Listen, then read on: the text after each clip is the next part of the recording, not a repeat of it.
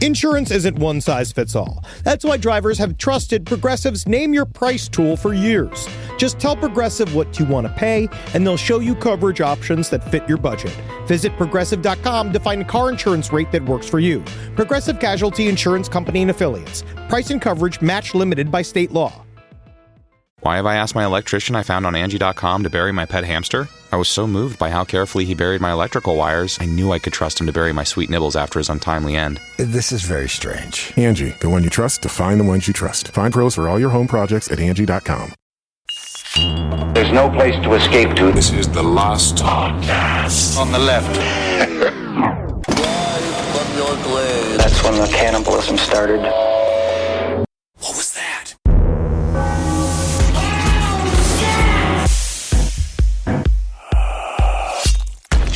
Home Harbor. Home Harbor. Oh, also a lot of pushback. Lots of pushback. On what, Cillian Murphy? FDR, my friend. What's the pushback? Manifest Destiny.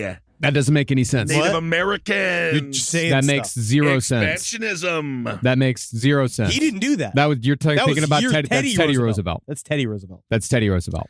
But whoever is saying that Franklin Roosevelt has no understanding. DMs. Your DMs are wrong. Yes. Concentration camps for the Japanese. We're going to be talking about that. That wasn't him either. And they were not concentration camps. They were internment camps. Yeah, they were like a waiting area. It was like a waiting room for justice. A lot of controversy. And we're going to be talking about the internment camps on this episode. But yeah, everything you were talking about before, that's all Teddy Roosevelt. That's like the 1800s. No, it's not. It's early 1900s. It's might as well be. Birds of a feather.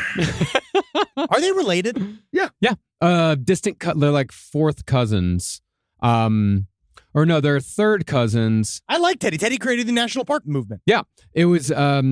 What is the thing? Because like Eleanor Roosevelt was Teddy Roosevelt's niece, and Franklin Roosevelt and Eleanor Roosevelt were actually cousins. Wow, cool. But like Old school. They're like third cousins, second cousins, something like that. Yeah. There was you could dip your wig. There was the Kissing cousins. Yeah, because there were like two warring factions of Roosevelts. There were the Oyster Bay Roosevelts. That was Teddy Roosevelt's, and then there was the Hyde Park Roosevelts. That was Franklin Roosevelt's family. The fancy Roosevelts. It's arguable as to actually because Teddy Roosevelt was a rich kid that threw himself into fighting because he wanted to experience life. Yeah, because he was a sickly child and he wanted get action. That was his catchphrase. Get action. Get some action. FDR's like, get these knees out of here. FDR was a nerd. Like he was unliked, unpopular, which was like he didn't figure out how to be like a guy until he was in his like 30s or 40s. There's no way he just trained everybody. Like, you know how like my dog trained us to like lift her up the stairs, right? Like, so she goes, that. I'm sure she now knows that. She's figured out like, oh, I could just wait by the stairs. You'll just lift me up. You think maybe in some way, shape, or form. Yeah, he would. FDR kind of told everybody, hey, what if I just sit? That's true. All the time. He would just fold himself into a bellwaiter. This is my main conspiracy theory thrust of this entire series. Yeah. Is that he could walk. He was lying about it to get clout on TikTok. Well, I don't know if it really worked out. I think it was a big deal. No, it didn't work out for him. No. In the end, he did die, but we all do. Yeah. We all do. Is that how we're going to start? That's how we're going to start. I really guess so. To the last podcast on the left, everyone. Ben hanging out with Marcus and Henry. A lot of Roosevelt talk. I didn't know it was going to be so saucy up top. But no, it gets saucier and saucier. Nice thing about Franklin Roosevelt's legs, you could eat ketchup right off them. Yeah, buddy. We are then. No, nobody's safe. Nobody's Rush safe. mode for that former Nobody's president. Still lives better than all of us. But the beginning of this episode, you got to remember what we now know, right? Because we're doing the Manhattan Project. They're like, well, you know, it's about history. It's heavy. But remember right now where we're at in the show, it's about a couple years before the real point of the Manhattan Project, which was to invite aliens into our awareness. They are now, it was our knock on the door to all of the various interdimensional creatures that are living in our oceans generating UFOs by spec for each This is various pilot great. built Yeah. for their nervous system to go out and examine us when we do it. It's 1933. They already said it was the first object that they found. It was in Italy. Do you see the blood vessel, the UFO blood vessel that pops when he starts talking about nonsense? It's real. I see the blood vessel. I also see our credibility melting away. No. Melting away. All right, Grush is everyone. in the front of the news. Grush is the fucking number one whistleblower since fucking who's the guy that did the whistle in You know what we're gonna do? Crazy Train.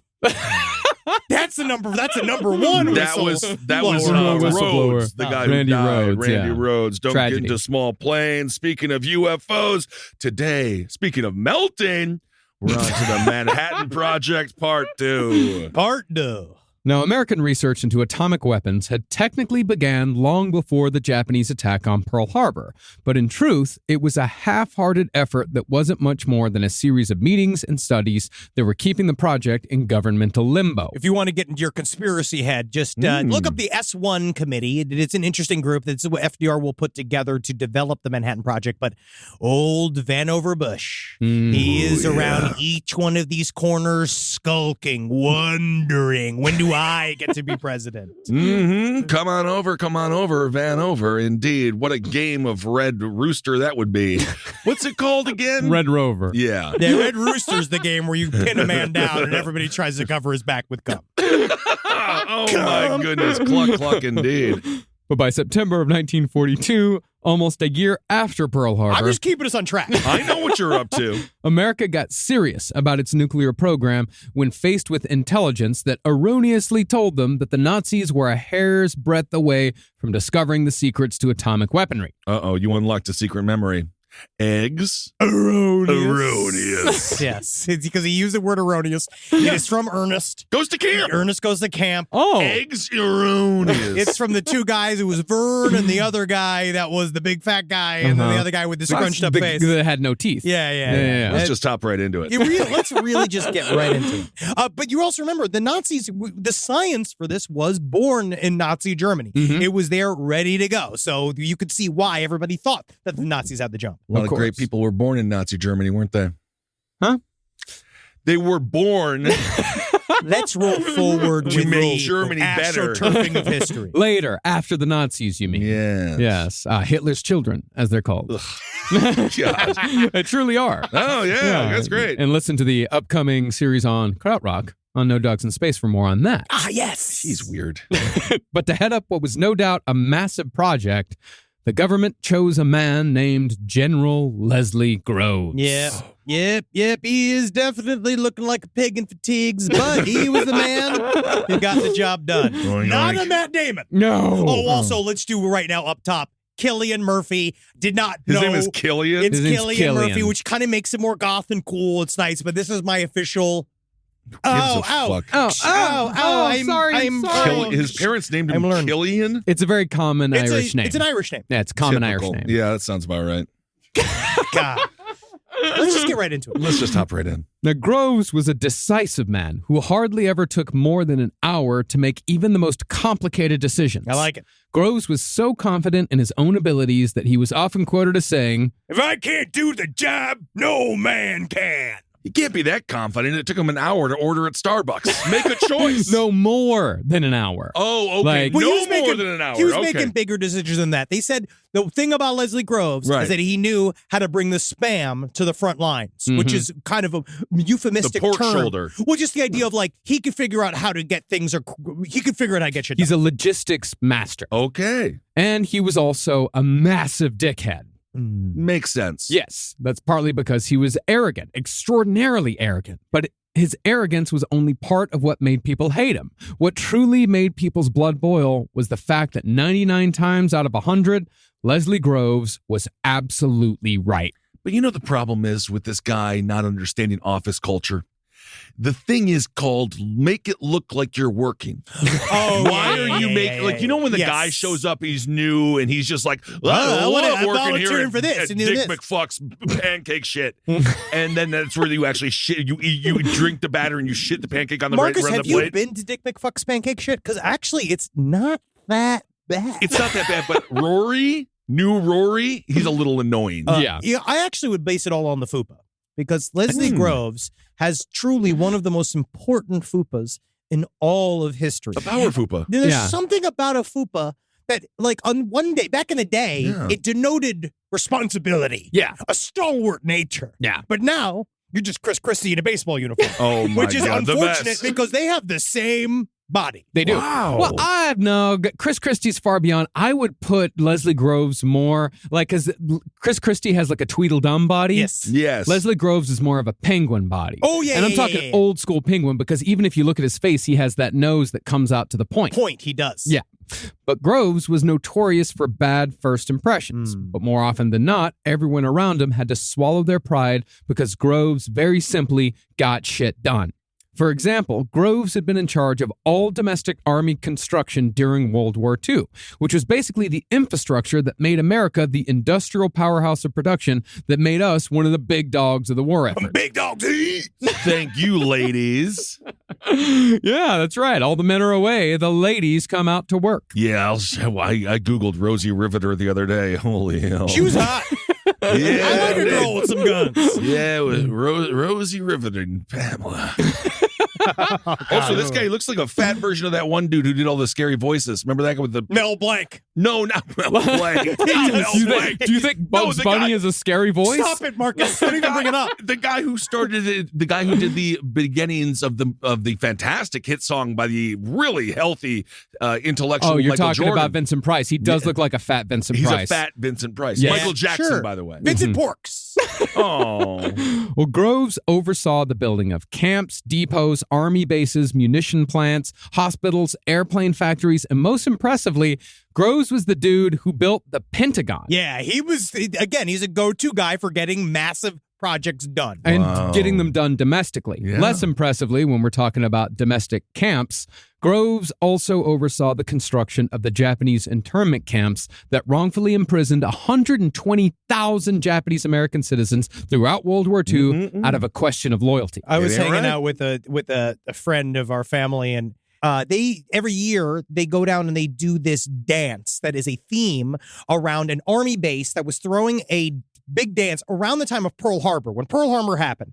And right after that, they basically everybody that was on the coast was in a constant panic about getting attacked again. So back in the day, On the West Coast. you on the mean, West Coast, yeah. Everybody there was like, they threw a big dance, and then it famously got interrupted by there was like a false alarm, and there was a bunch of sirens and the air raid sirens, and everyone ran away and it stopped the dance. So now what they do is they do a yearly sort of like, we're going to do that same dance. We're going to dress in period costume and do swing dancing and stuff. And she says, and it's amazing because there's this one Japanese family that always comes in full internment camp costume, and they dance and they just love being a part of it. And I was like, Yeah. do they? That's kind of nice. That's a friend of the family, huh? It really keeps A it going. friend of the family. Are you serious about that? Yes. Well, I don't know I if thought, they no, should. I thought that's not a bit. No. And it's like doing a dance in Italy where you get a couple guys in full concentration camp, like pajama outfits. Remember Robin Williams and Jacob the Liar? Horrible There movie. you go. Horrible movie. All right. Well, Yeah. everyone has fun in a different way, don't they? My God, yeah, it sounds like the Jerry Lee or the Jerry Lewis. the Jerry Lewis concentration camp clown movie. That's good. Next year, it might go into public domain. They're saying that we might be able to see it next year. That's incredible. The day the clown cried. The day the clown cried. Okay. But regardless of his sins, by July of 1942, Leslie Groves was overseeing 1 million men and women who were dedicated solely to the war effort, and he was spending around $8 billion in the process. But part of what made this Herculean effort possible was the fact that Groves spent zero effort in the human resources department. Yeah, man, no room for that shit, man. Now we're building a goddamn Pentagon. No, HR is going to get in the way of all of the war crimes. That's the idea. He was demanding, abrasive, sarcastic, disrespectful, and was described as a son of a bitch and the biggest asshole in the military by more than a few people. You know how big that asshole has to be the biggest in the military? But he was also, like so many people in this story, brilliant in his own field, an incredible construction foreman and a genius at organization. And if not for him, the Manhattan Project would not have succeeded. It is interesting because he did not want to do the Manhattan Project. No. He was one of those guys that was real excited to go kill people. He was like, send me to Europe. I want to go fight. I'm done with this shit. And they're like, we actually have this thing that is going to end the war faster than anything that we do when we go over to Europe. Like, this weapon is going to end it. And he was of the school class where he says, like, weapons don't end wars, people end wars. Yeah. So he actually started this pretty kind of skeptical that this was going to even do anything. Well, isn't that interesting? They're both right. Yeah. Yes. Yes. Well, I mean, he saw it as a demotion. When he was given the job, he had access to $600 million per month. And that was all just to get projects done. But at the outset, the entire budget for the Manhattan Project was the relatively smaller sum of $100 million. Oh, how's he ever going to make ends meet with that? Hey, it's not his personal salary. It's $600 million per month versus $100 million total for an entire project. It's relatively smaller. Okay. Oh, yeah, but they're going to David Lynch him, which is they're going to show up because when David Lynch did season 3 of Twin Peaks, he just told them how much more money he needed each week. And they were like, what? And so he did not pay attention to the budget. The creation of the world's most powerful bomb is a lot like season 3 of Twin Peaks. There's a lot of other comparisons I'm going to make today. Which episode 8 included an absolutely wonderful atomic bomb explosion using cracking the world open. Bob game for the fucking bomb. David Lynch eats the same lunch every single day. Yeah, and yes, he does. And actually, for that episode, the music that's played in the background of season 8 when the atomic bomb is set off. Season 3, episode 8. Season 3, episode 8. What that song is I think it's called like Lanatni, something for the victims of Hiroshima. And it's supposed to sound like the screaming of everybody who died all at once. Well, it's a great scene. Yeah. That's a great gift to them. They're going to love that song. It's called Ouch. Ouch. Well, basically, Groves figured that he'd finally pissed off too many people in the Pentagon. That's why he was being put on the Manhattan Project. And again, he was the guy who was responsible for building the Pentagon.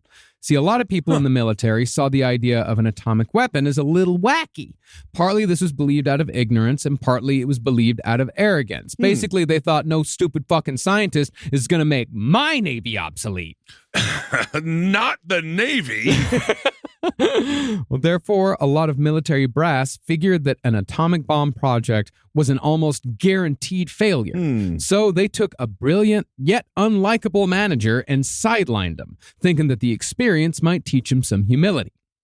But with a guy like Groves, spite is the strongest fuel you can give him. To most people. Yeah. That's pretty powerful. Oh, indeed. He therefore threw himself into the Manhattan Project completely, and if he hadn't, the entire operation would have died on the vine for good or ill. Now, contrary to the belief that the project's name was randomly chosen, General Groves followed the custom of naming Army Corps of Engineers projects for the city in which they were located. And as it happened, the first offices for this project were on Broadway and Chambers Street, right near City Hall in downtown Manhattan. There you go. Oh, local boy, McCoy. Local boy. It's from my town. Yeah, Local boy. started with 12 people, and it was thus christened the Manhattan Project. It's kind of like when people name their kids after where they were conceived. Oh, yeah. You ever meet somebody named Trunk. like Chevy Dealer or Yeah. outside of Coney Island? You ever been at Coney Island? Name is Trunk Johnson.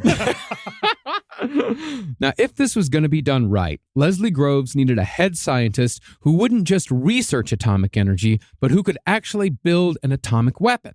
Paradoxically, though, he chose a theoretical physicist named Robert Oppenheimer. Mr. J.R. Oppenheimer, he's in there, and his main lament, doesn't anybody care about learning? I don't think they do. I wish that they would. Numbers are better than people. Well, you're going to give them two really big examples to learn from. Now, growing up, Oppenheimer was remembered as being a quote-unquote repulsively good little boy. I could be better. Repulsively good. What does that even mean? You know when someone is so good, you know they're conniving. Mhm. Well, he was a genius. He was truly a genius as a little boy, and he loved learning. Yeah. Well, later on, he would say that his childhood did not prepare him for the fact that the world was full of cruel and bitter things. Oh, That again, like the aforementioned Michael Jackson. It gave him, in his words, maybe like Michael Jackson, no normal way to be a bastard. That's what he said. And that he just threw himself. He came from Well- very wealthy family that escaped from. They didn't They came from Germany. They moved to the Upper West Side of New York City. They were very well off. He was educated at all the finest schools. He was a very spoiled boy. He sounds like a bastard to me. No, well, they looked at him as their precious, very bright son. They said immediately, as soon as he showed up in school, I started reading American Prometheus, which is a really great book, but it's fucking too long. Yeah. It's 1,200 pages. That's a lot of pages. But the whole, they didn't know what to do with. He literally came out brilliant and immediately was like an other to the other kids because, again, he was born a dweeb. Yeah, he's a Martian. Yeah. Okay. Live from your grave. This podcast is brought to you by Squarespace. Squarespace is an all-in-one website platform that helps you stand out online. Yes, that's right. You don't have to smash your face with a hammer. You can just start a business. It's got everything you need on Squarespace, from securing your domain to building a professional site and showcasing your work all in one place. Let's say you want to show everybody how you can carve your ribs out of your lower abdomen so that you look more like a Ken doll. That's amazing. You can bring your vision to life with AI-powered design or curated templates, plus flexible editing tools that help you create something that truly reflects your style, especially if you are somebody that is trying to corrupt the young men of America. That's what Squarespace is really going to help you. Squarespace makes it easy. It makes it easy for you to put all that together, and you just go to Squarespace and do it all. Thanks, Braden. Head to squarespace.com/left for a free trial. And when you're ready to launch, use offer code LEFT to save 10% off your first purchase of a website or domain. Summer means freedom. And for adults, summer means work next to freedom. But thanks to Mint Mobile's summer sale, it can almost feel like the work is playtime for the adults. Right now, all of Mint's plans are $15 per month, even unlimited. Free yourself from Big Wireless and switch to Mint Mobile for high-speed data and coverage on the T-Mobile 5G network. It's so well connected, I could call from anywhere. Deep from well within my bunker, where my AI-fueled robots slowly but surely toil for me, but I know for a fact I'm saving money on my phone plan. Or up above, where I'm training all of my giant Amazon female warriors who will fight in bulletproof mesh. Also, honestly, Mint Mobile's really cheap and it's really reliable, so you should use it. To get your new wireless plan for just $15 a month, go to mintmobile.com/LPOTL. That's mintmobile.com/LPOTL. Cut your wireless bill to $15 a month at mintmobile.com/LPOTL. That's it. There's no catch. Upfront payment of $45 per 3 months, $90 for 6 months, or $180 for 12 months. Plan required, $15 per month equivalent. Taxes and fees extra. Initial plan term only. Greater than 50 gigabytes may slow when network is busy. Includes up to 20 gigabyte hotspot. Capable device required. Availability, speed, and coverage varies. See mintmobile.com. Well, while earlier documentaries about Oppenheimer and the Manhattan Project in general, they gave a more idealized version of Robert Oppenheimer. He's a strapping, sporty man. But huge cock, heavy balls. Well, he was one of those guys who's lanky and tall, so you know he actually probably was packing. Yeah. 50-50 shot. 50-50 shot of like a big gross dick. I am more inclined to believe 5'7" and under. That's how they've been able to stud. They do have longer ding dongs. Technically, I'm giving you a compliment and your people. I'm fine. And then 6'9" and then just growing like a potato. Yeah. They all like Otis Tool. Oh, sure. 5'7" and 6'8" and above. Oh, yeah. Well, later biographies relented and pegged Oppenheimer as a frail, frequently ill child who spent most of his time collecting minerals and writing poems. Did none of you like looking for barium?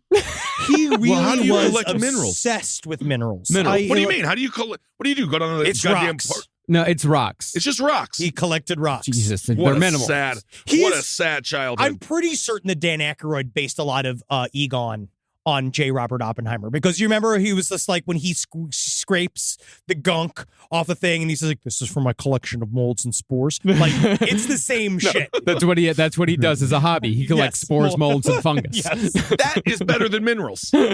Well, they're pretty rocks. They're Okay, very pretty rocks. Great.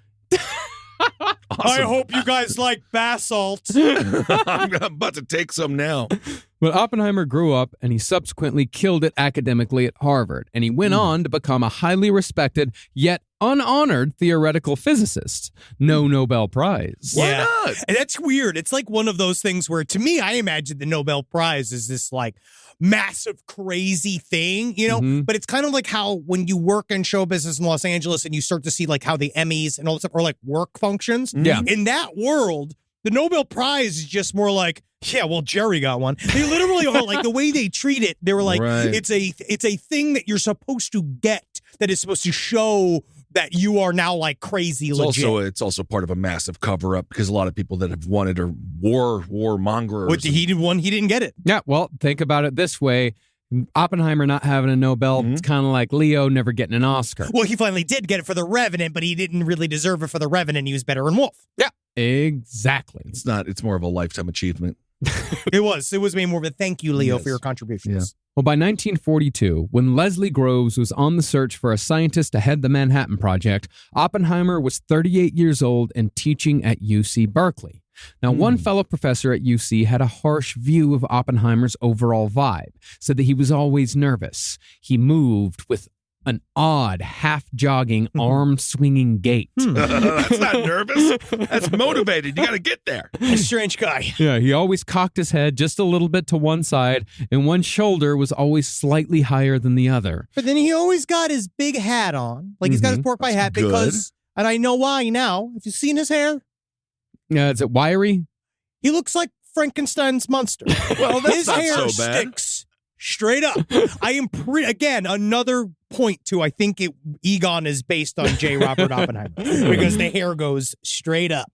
Well, this professor went on to say that Oppenheimer looked simultaneously like a young Einstein and an overgrown choir boy. Oh, great. What a combo. Also had horrible teeth, had a constant cough, chain smoked Chesterfields, and was emaciated because he'd just forget to eat. Marcus, are you just describing yourself in 2012? He really did. The only thing that's changed is the cigarettes. Yeah. Hey, I got my teeth fixed. I know the teeth. The made up issue. It's in just Marcus's life. He was too nice to make up other things about him. I don't even. You look great. You look great. Also, we love it. Sandra Bullock, that was the worst Oscar ever given out. The Blind Sons. Oh, yeah, that was horrible. It was terrible. All she did was literally go to a black neighborhood, and people were like, "I can't believe you did that." And it's like, people live there. Oh yeah.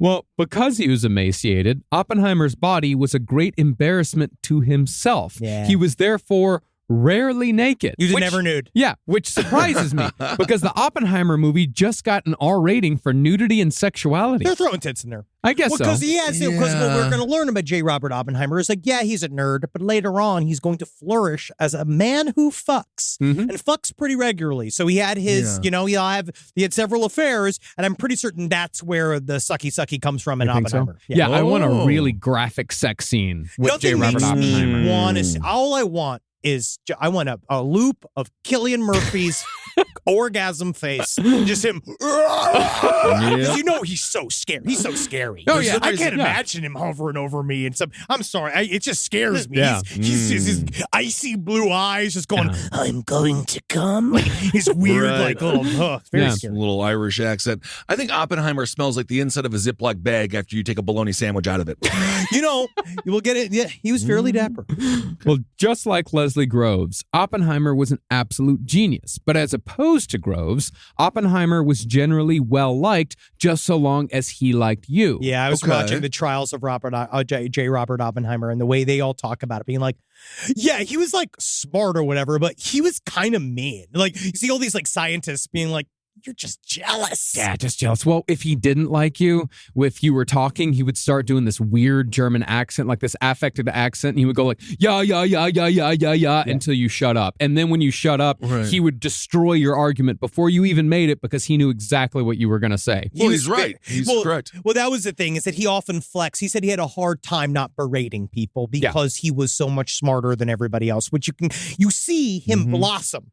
Into administrator over the years. Yeah, I really understand this guy. I understand where he's coming from. No, I know. I'm so odd by Kissel's just sheer intellectual. The number game. The force. He just says the word number game, and I know that I don't know what he means, like, but wow. he seems to know what he knows. I know what he means by the number game. You don't know what I mean. I think I know what you mean. I think you mean that if you tell people they're stupid often enough, you're going to be right, and you're going to be right sometimes.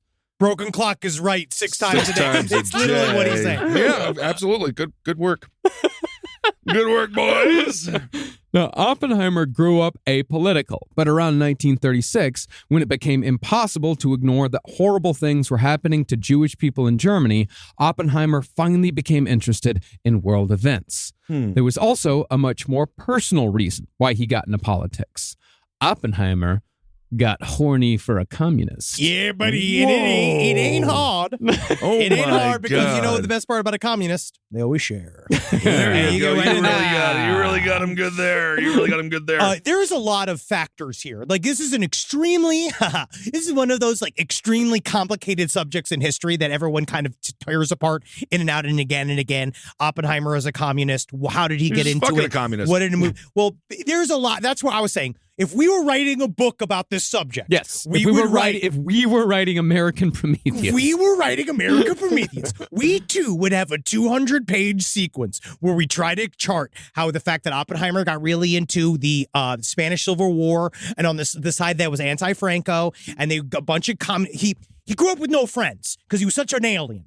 Later on, he gets to college. He gets into these sort of like what we now call hippie-ish movements, where at the time, which like closely linked to communist ideals and thought patterns. As opposed to now. But he literally became like super interested in it because he finally got friends. So on one level, you can kind of see, yes, obviously he cared about politics and he cared about people and he wanted to get involved. And most humanitarian projects at the time were all on the left side versus the right side. But you could also probably say the last podcast version, because we're not writing American Prometheus, is the fact he was trying to fuck. And he was finally amongst a bunch of cool, cigarette-smoking, communist people talking about cool things in the scene. I believe that would be the human element, would it not? Absolutely. And through her, Oppenheimer started hanging out with communists. He didn't really accept or really even understand Marx or Engels. But he went through Das Kapital. That's what they're all saying. Well, the fact that he was the only person in those rooms that read Das Kapital because he was also interested in philosophy and religion, which comes up time and time again because of his mystical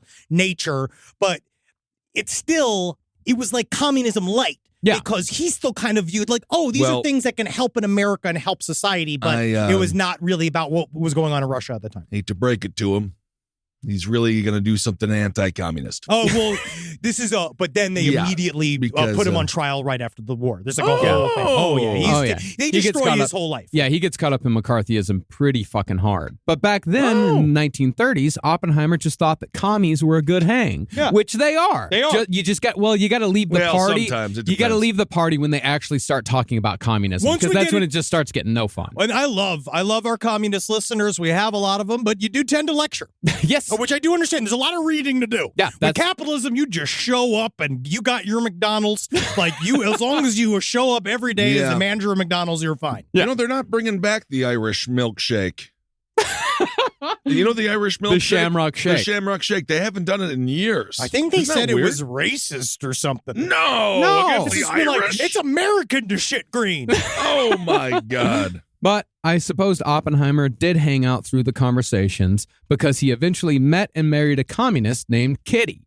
Oh. Kitty had been previously married to an American Communist Party official named Joe Dowlett, who died volunteering in the Spanish Civil War. Apparently, he was a commander, but he wasn't a well-liked commander. I believe it. And during a charge one day, he got up, he ran out there, men just didn't follow him. He got shot and killed. Yeah, follow me, guys. Follow me. Oh, wait. Oh, shit. Guys. It reminds me of Jenny.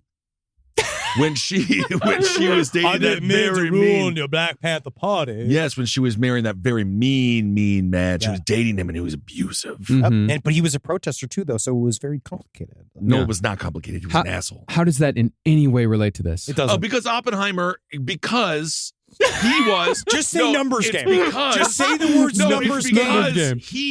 Wait, you did say something that related to Jenny. He just got lost. He just literally heard something. He was just like, sounds like Forrest Gump.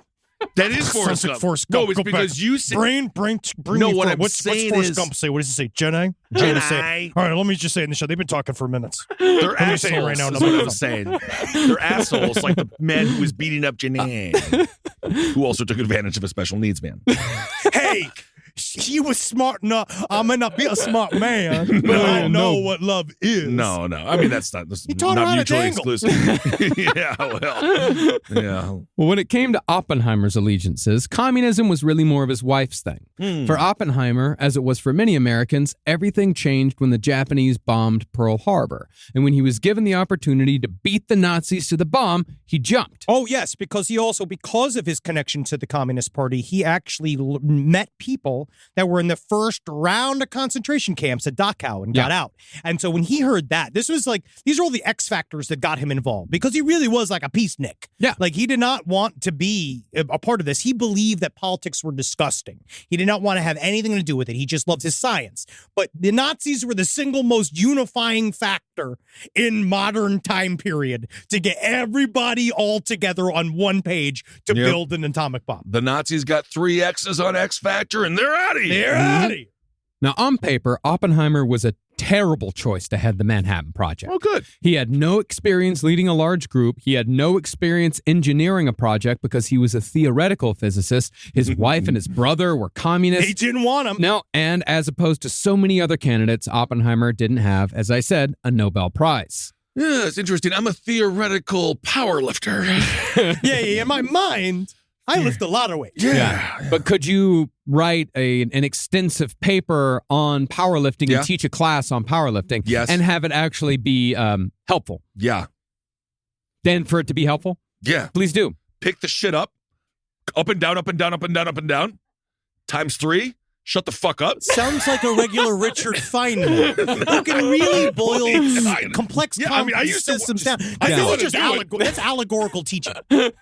Just say numbers game. That's all you gotta say. Yeah. Powerlifting is a numbers game. And it then is that's a numbers game. Yeah, because weight is numbers. I Isn't it? know that. Pick it up and down, up and down, up and down, times 3. Shut the fuck up. Richard Feynman. So when it came to why Groves chose Oppenheimer, he did it for the same reason he did everything. He had a gut feeling that Oppenheimer was the right man for the job. He was fucking right. It was a fupa feeling. It was a fupa feeling. I feel it down on my fupa, and it's going down on my toes. He also was brought in, right? So one of Oppenheimer's old buddies was the guy who invented the cyclotron, who won a Nobel Prize for building the cyclotron. And so when they started these like very serious meetings, which was how do we figure this out? He's like, you got to meet my buddy Oppie, which is what they call him. This guy is a fucking literal cross the board genius. He's a half a communist, but he does his shit. And they're like, all right. So he brings him into a room, his first meeting, and he nails in that meeting what Werner Heisenberg bobbled the years before. He made a fucking formula right there to tell them how much uranium-235 theoretically would be needed to build an atomic bomb, and he was really close immediately. So they're like, oh, he might actually be kind of necessary for this, and then he kind of like build himself up. But he was campaigning to be in charge of it, and everybody else were like, well, he's a fucking communist. He's going to be a spy, but they just don't know. Actually, it was way more of his students. Oh, is that something? Yeah, but in the end, they're like, well, he's too fucking smart. Oh, he's so fucking smart. Yes, indeed. Well, the weird thing was that Oppenheimer was about the only person in the Manhattan Project who could actually get along with Leslie Groves. In turn, Groves had a high opinion of Oppenheimer, saying that he was the right man for the job of building an atomic weapon because Oppenheimer knew about everything except sports. That was his main problem, is he couldn't talk sports, which I understand. I'm trying to bridge the gap to straight men. I don't even know what the sport was. It just baseball and candlestick bowling? Yeah. Candle bowling? It's hard to talk to straight men. So what are you saying? Only straight men like sports? That's not true. That's all. But the others. When you meet him out there, you're just talking about men. You used to say like Shaquille O'Neal, he was bad at free throws. I've learned to say stuff like that, and then they go like, and they'll say a bunch of stuff, and I go, yeah, the GOAT. The GOAT indeed. Crossovers, man. These guys, They don't even allowed to dribble anymore. Wow, just like Oppenheimer. Now, before the enormous infrastructure needed to make an atomic weapon was built, Groves and the people holding the purse needed to see that such a weapon was even possible. So, Enrico Fermi, he headed up a project that aimed to create their first nuclear reaction, and he did it on the squash courts underneath the bleachers at the University of Chicago. Okay, let me explain. Imagine the nuclear weapon is like a spaghetti. And you put it, you got it, it's a spaghetti. You got a noodle, right? Oh, you got a noodle. Oh, you gotta put it in the pasta water. Yeah. Oh, and then that stuff sauce. And then also, I need a bit of Are you Are French? they going to put some etouffee in there? Now you're French. Now you're really French. That's great. Bear me, call me when it's boom boom time. Wow, like spaghetti indeed. I can talk about many subjects, I know you can. just like Robert Oppenheimer. Now, if you'll remember, physicist Walter Botha of Germany's uranium club, he believed that graphite couldn't be used to produce nuclear reactions. So he had therefore moved on to the far more expensive route of using heavy water. The Americans, however, had known that graphite was the better option. So they got to work on what was called a pile. Oh, yeah, buddy. That's where I come in. I think, honestly, that would be Kissel's one true contribution to the We Manhattan need- Project. A pile. We need to, like, make it round. What kind of pile? Big. You want a big pile? I can get you a big pile. Yeah. Yeah, that's about it. It's a numbers game. It's a number pile. Yeah, that's a number pile. Using 771,000 pounds of graphite bricks, the scientists spent 17 days building an egg-shaped mound 25 feet wide and 2 stories tall, right there on the squash court. Damn, that's huge. Adorably, Enrico Fermi, he made calculations with instruments that he'd named after Winnie the Pooh characters, like Why? Piglet and Roo and Heffalump. It's going to lead to the destruction of all humanity. It's me, a Fermi. Oh, my God. He'd been reading Winnie the Pooh books to teach him English because he didn't know That's because English. he's a sociopath. And Christopher Robin, he imagined all the different animals, Yes, right? Christopher He Robin make was a laugh abused. because they say, yes, Christopher Robin, he way molested. We don't know about that. He make up the creatures to talk to because in his mind, he separate from the abuse, Yes, indeed. Now, within these graphite cubes were uranium slugs dispersed throughout, like... Okay. It's the abuse, No. Yes. Not Christopher Robin. If anything, he's guilty of so many horrible things. That's why he lives in the woods. You know, they actually do have that theory that he buries the bodies in the woods and then he pretends like Winnie the Pooh is around there and Piglet's around there. He's a serial killer, It's a Christopher numbers Robbins. game. It is indeed. Well, uranium slugs were dispersed throughout these graphite cubes like so many nuclear raisins in graphite loaves. People say we can't teach. Look at that. I like that. I took that analogy. I stole that. That was from the making of the atomic bomb. Oh, it's really good, The though. author used that. Yeah, nuclear raisins and graphite loaves. Can we change it to chocolate chips? Yeah. Great. Now it's ours. Fantastic. Yes. Each little bit contributed to the main goal, which was to create a nuclear chain reaction on a small scale. If they could do that, then they could move forward with the work of making a weapon that could produce a much larger nuclear chain reaction on command that would release enough energy to destroy a city, i.e. an atomic bomb. Well, because that's Jeez. what J. Robert Oppenheimer discovered early on. That's what he said. He's like, as soon as the math came out, what everybody said was like, oh, so basically you follow this nuclear fission concept and eventually, yada, yada, yada, it's going to explode. You just let it go and let it explode. But this also shows the kind of scattershot way they started to build a weapon, because Leslie Groves would kind of set up all these areas all around the country to try, kind of all in competition against each other to come up with stuff first. But it's weird because it's like playful. They're just dumping a bunch of graphite and nuclear bits in a thing and kind of seeing what the fuck happens with it, when it really could have killed all of them. Yeah, it really could've. Science. Yes. Well, this is when theoretical starts to move into practical science. But that's what Oppenheimer also understood early on. He said originally, like, No, this is all going to be different. Mm-hmm. It wasn't like Werner Heisenberg. He literally was like, he had to figure out like, oh no, this has to work in real life. Yeah. Like this isn't a classroom lesson. Yeah, this is how it moves. Absolutely. You want to make sure the mathematical formula is correct. Weird Science, that movie, what if instead of that beautiful woman, it was China from the WWE they created and she ripped their dicks off? I mean, you know, it's That'd be kinda another funny. movie, but I like it. It's kind of fun. She's dead. I mean, but the idea of it, R.I.P. I could be carried around by a big woman. I know. Yeah. Also, the Iron Sheik just died. Wow. I know. You made it a long time. Speaking of Spike. Yeah. Oh, yeah. Speaking of Spike. Now, the danger here was that once the chain reaction in the pile started, it had a chance of going critical. And since they were doing this in the middle of Chicago, that was indeed a grave concern. I would ask my city council to just be like, did we sanction this? I don't think they were informed. Oh, my. So, as a precaution, they had a dude standing by with an axe whose only job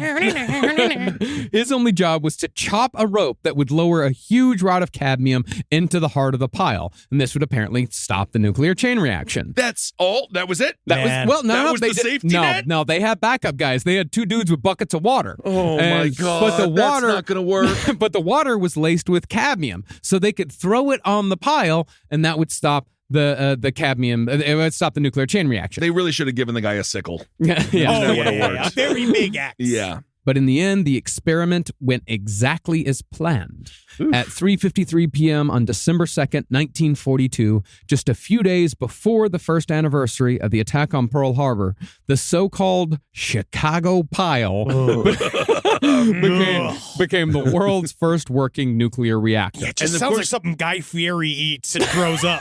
Oh, he doesn't. Also, Guy Fieri, by the way, put some respect on him. I never will.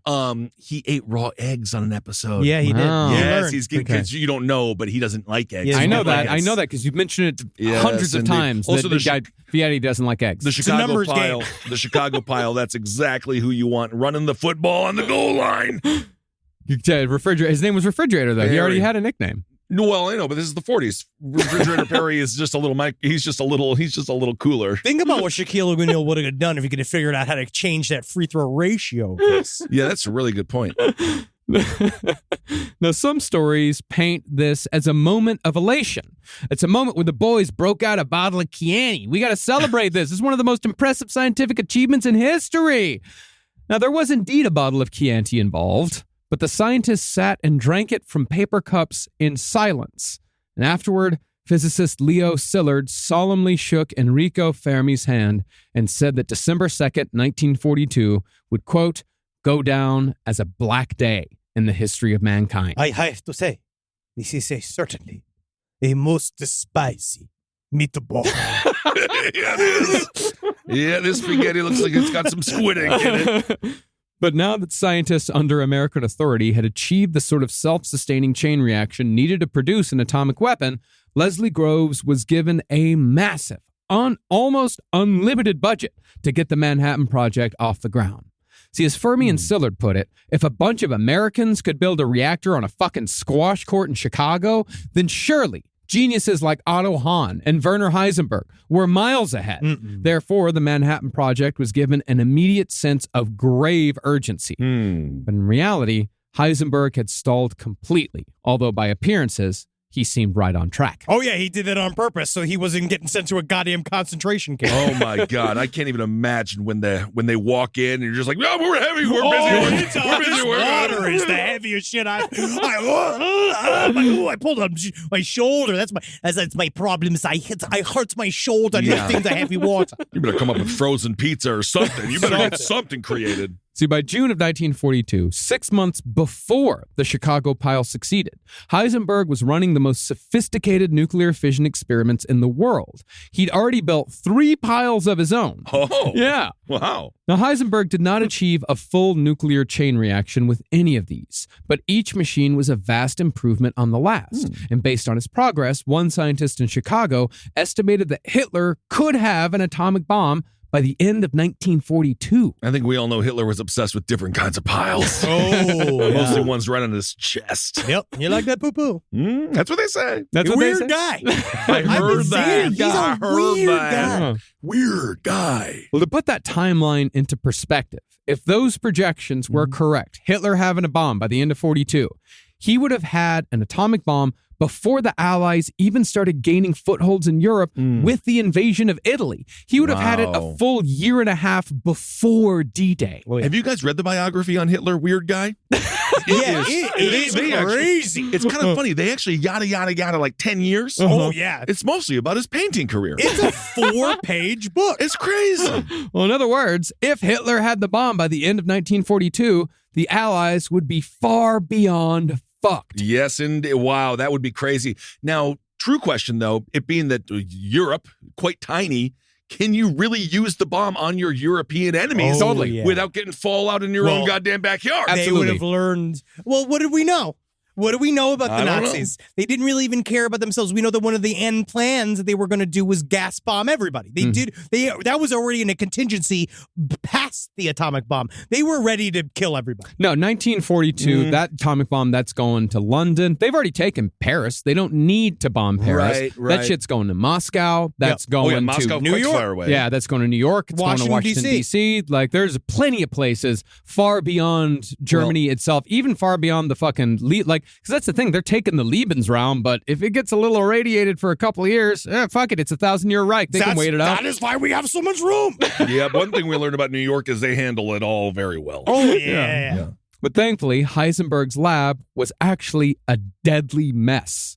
Again, anyone with a bright mind and even a semblance of a moral compass had fled Germany years prior. So all Heisenberg was left with were a bunch of dumb Nazis. Yeah, shit, fuck company, man. Oh, no. Yeah. In the first of many catastrophic lab accidents, an assistant was preparing an experiment and fumbled the powdered uranium. No. That produced a 12-foot tall explosion of flames that badly burned the assistant. My labia! My labia! The assistant's ordeal, however, was not over. Not too long after, hydrogen leaked into an apparatus containing uranium and heavy water. And who else did they send to deal with it but the dumb fuck assistant? I can feel maybe we should try Gregory. I feel that Gregory could go in because seemingly half of my mouth is scarred shut due to the meltings of the fires and the burnings. Yep. Let's see if he dies. Again, the powdered uranium exploded. It's happening again. Man, this guy is having a bad day. He was covered in hot flames. They said hot flames were poured upon him. I got to get out of this internship. Yes, indeed, my friend. And wanting to help, the other Nazi assistants brought buckets of water to put out the fire. Use milk. But they were also dumb Nazis because burning uranium has a habit of reacting explosively with water. Oh, you're making it worse and worse. It is funny. And so when they tried putting out the fire like it's a fucking Three Stooges sketch, the apparatus exploded like a grenade and threw hundreds of metal rivets. Yeah. This time, the flames were 20 feet high, and those in the lab who weren't killed by the explosion were seen running in terror. The firefighters who showed up couldn't put a dent in the blaze, so they had to let it just run its course for 2 days, like a fucking tire fire. So tell me, Werner, how was the experiment this weekend? Bad. Yeah, you're just going to want to let it breathe itself out there. Just want to let it go. We are in a waiting period where the flames are doing their work so then we can do our work. Well, technically it was better because the first flame's 12 feet, second flame's 20 feet. I mean, next thing you know, boom, boom, boom, boom. Absolutely. You're doing a great job, pal. I wish the experiment would stop. I know you're burned. Every time I see you, a different part of your body is burned. There has to be another assistant that can do this. Buddy, your nose is falling off. I know. You don't think I don't feel it. You don't think I don't feel it. Right? Man, we're bad scientists, huh?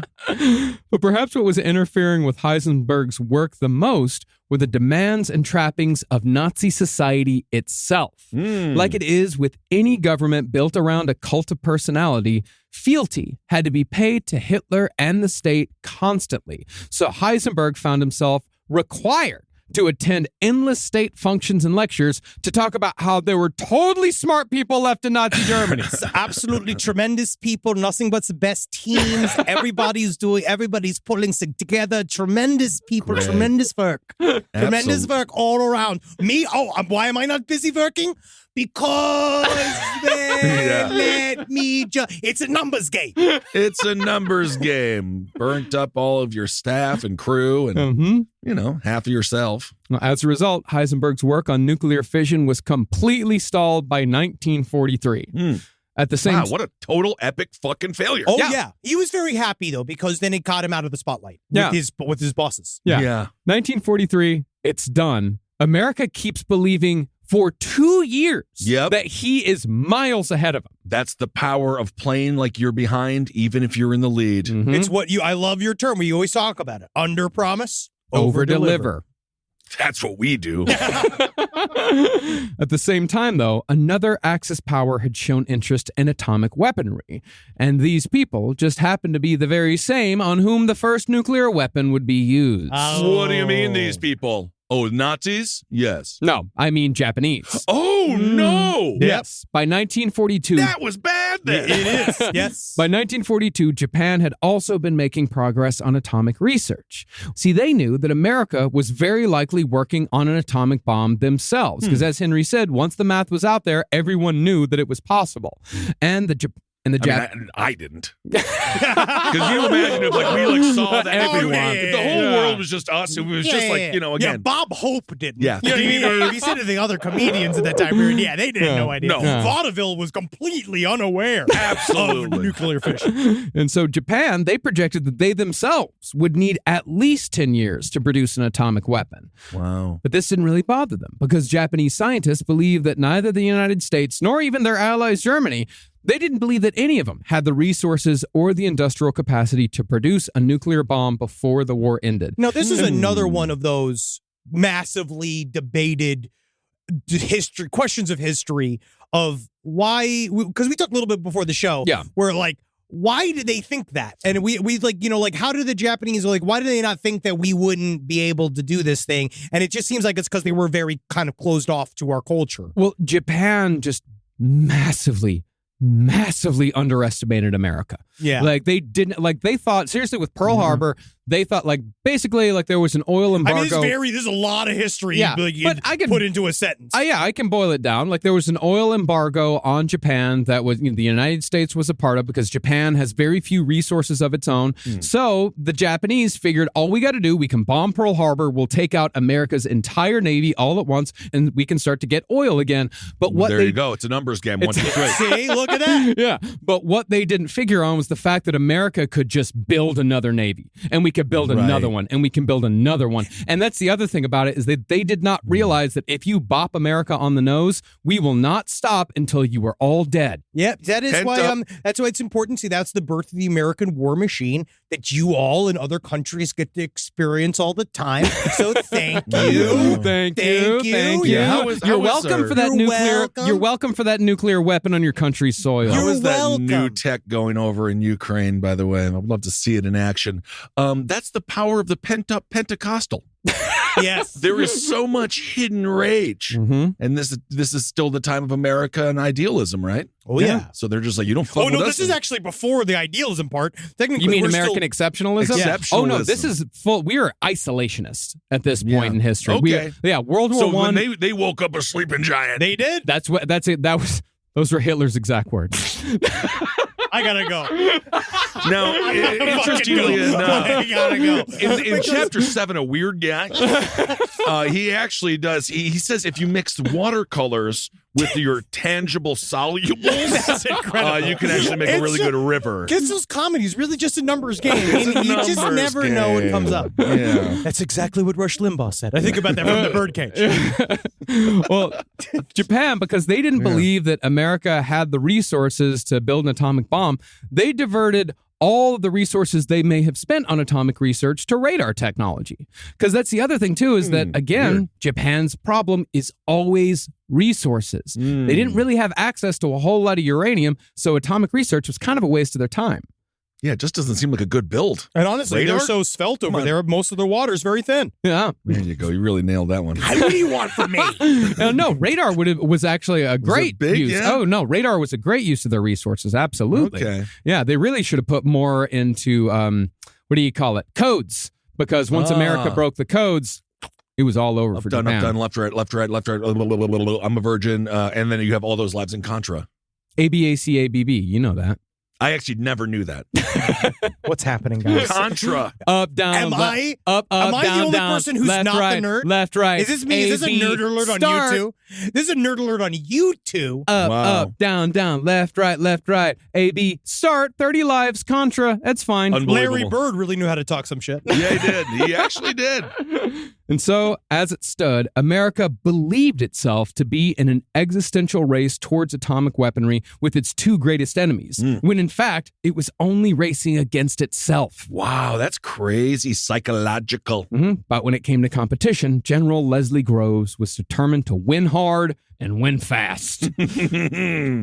Now, Groves researched the best ways to build the massive industrial complexes needed to produce fissionable materials and to develop a working mechanism to harness the power of the atom. Nerd.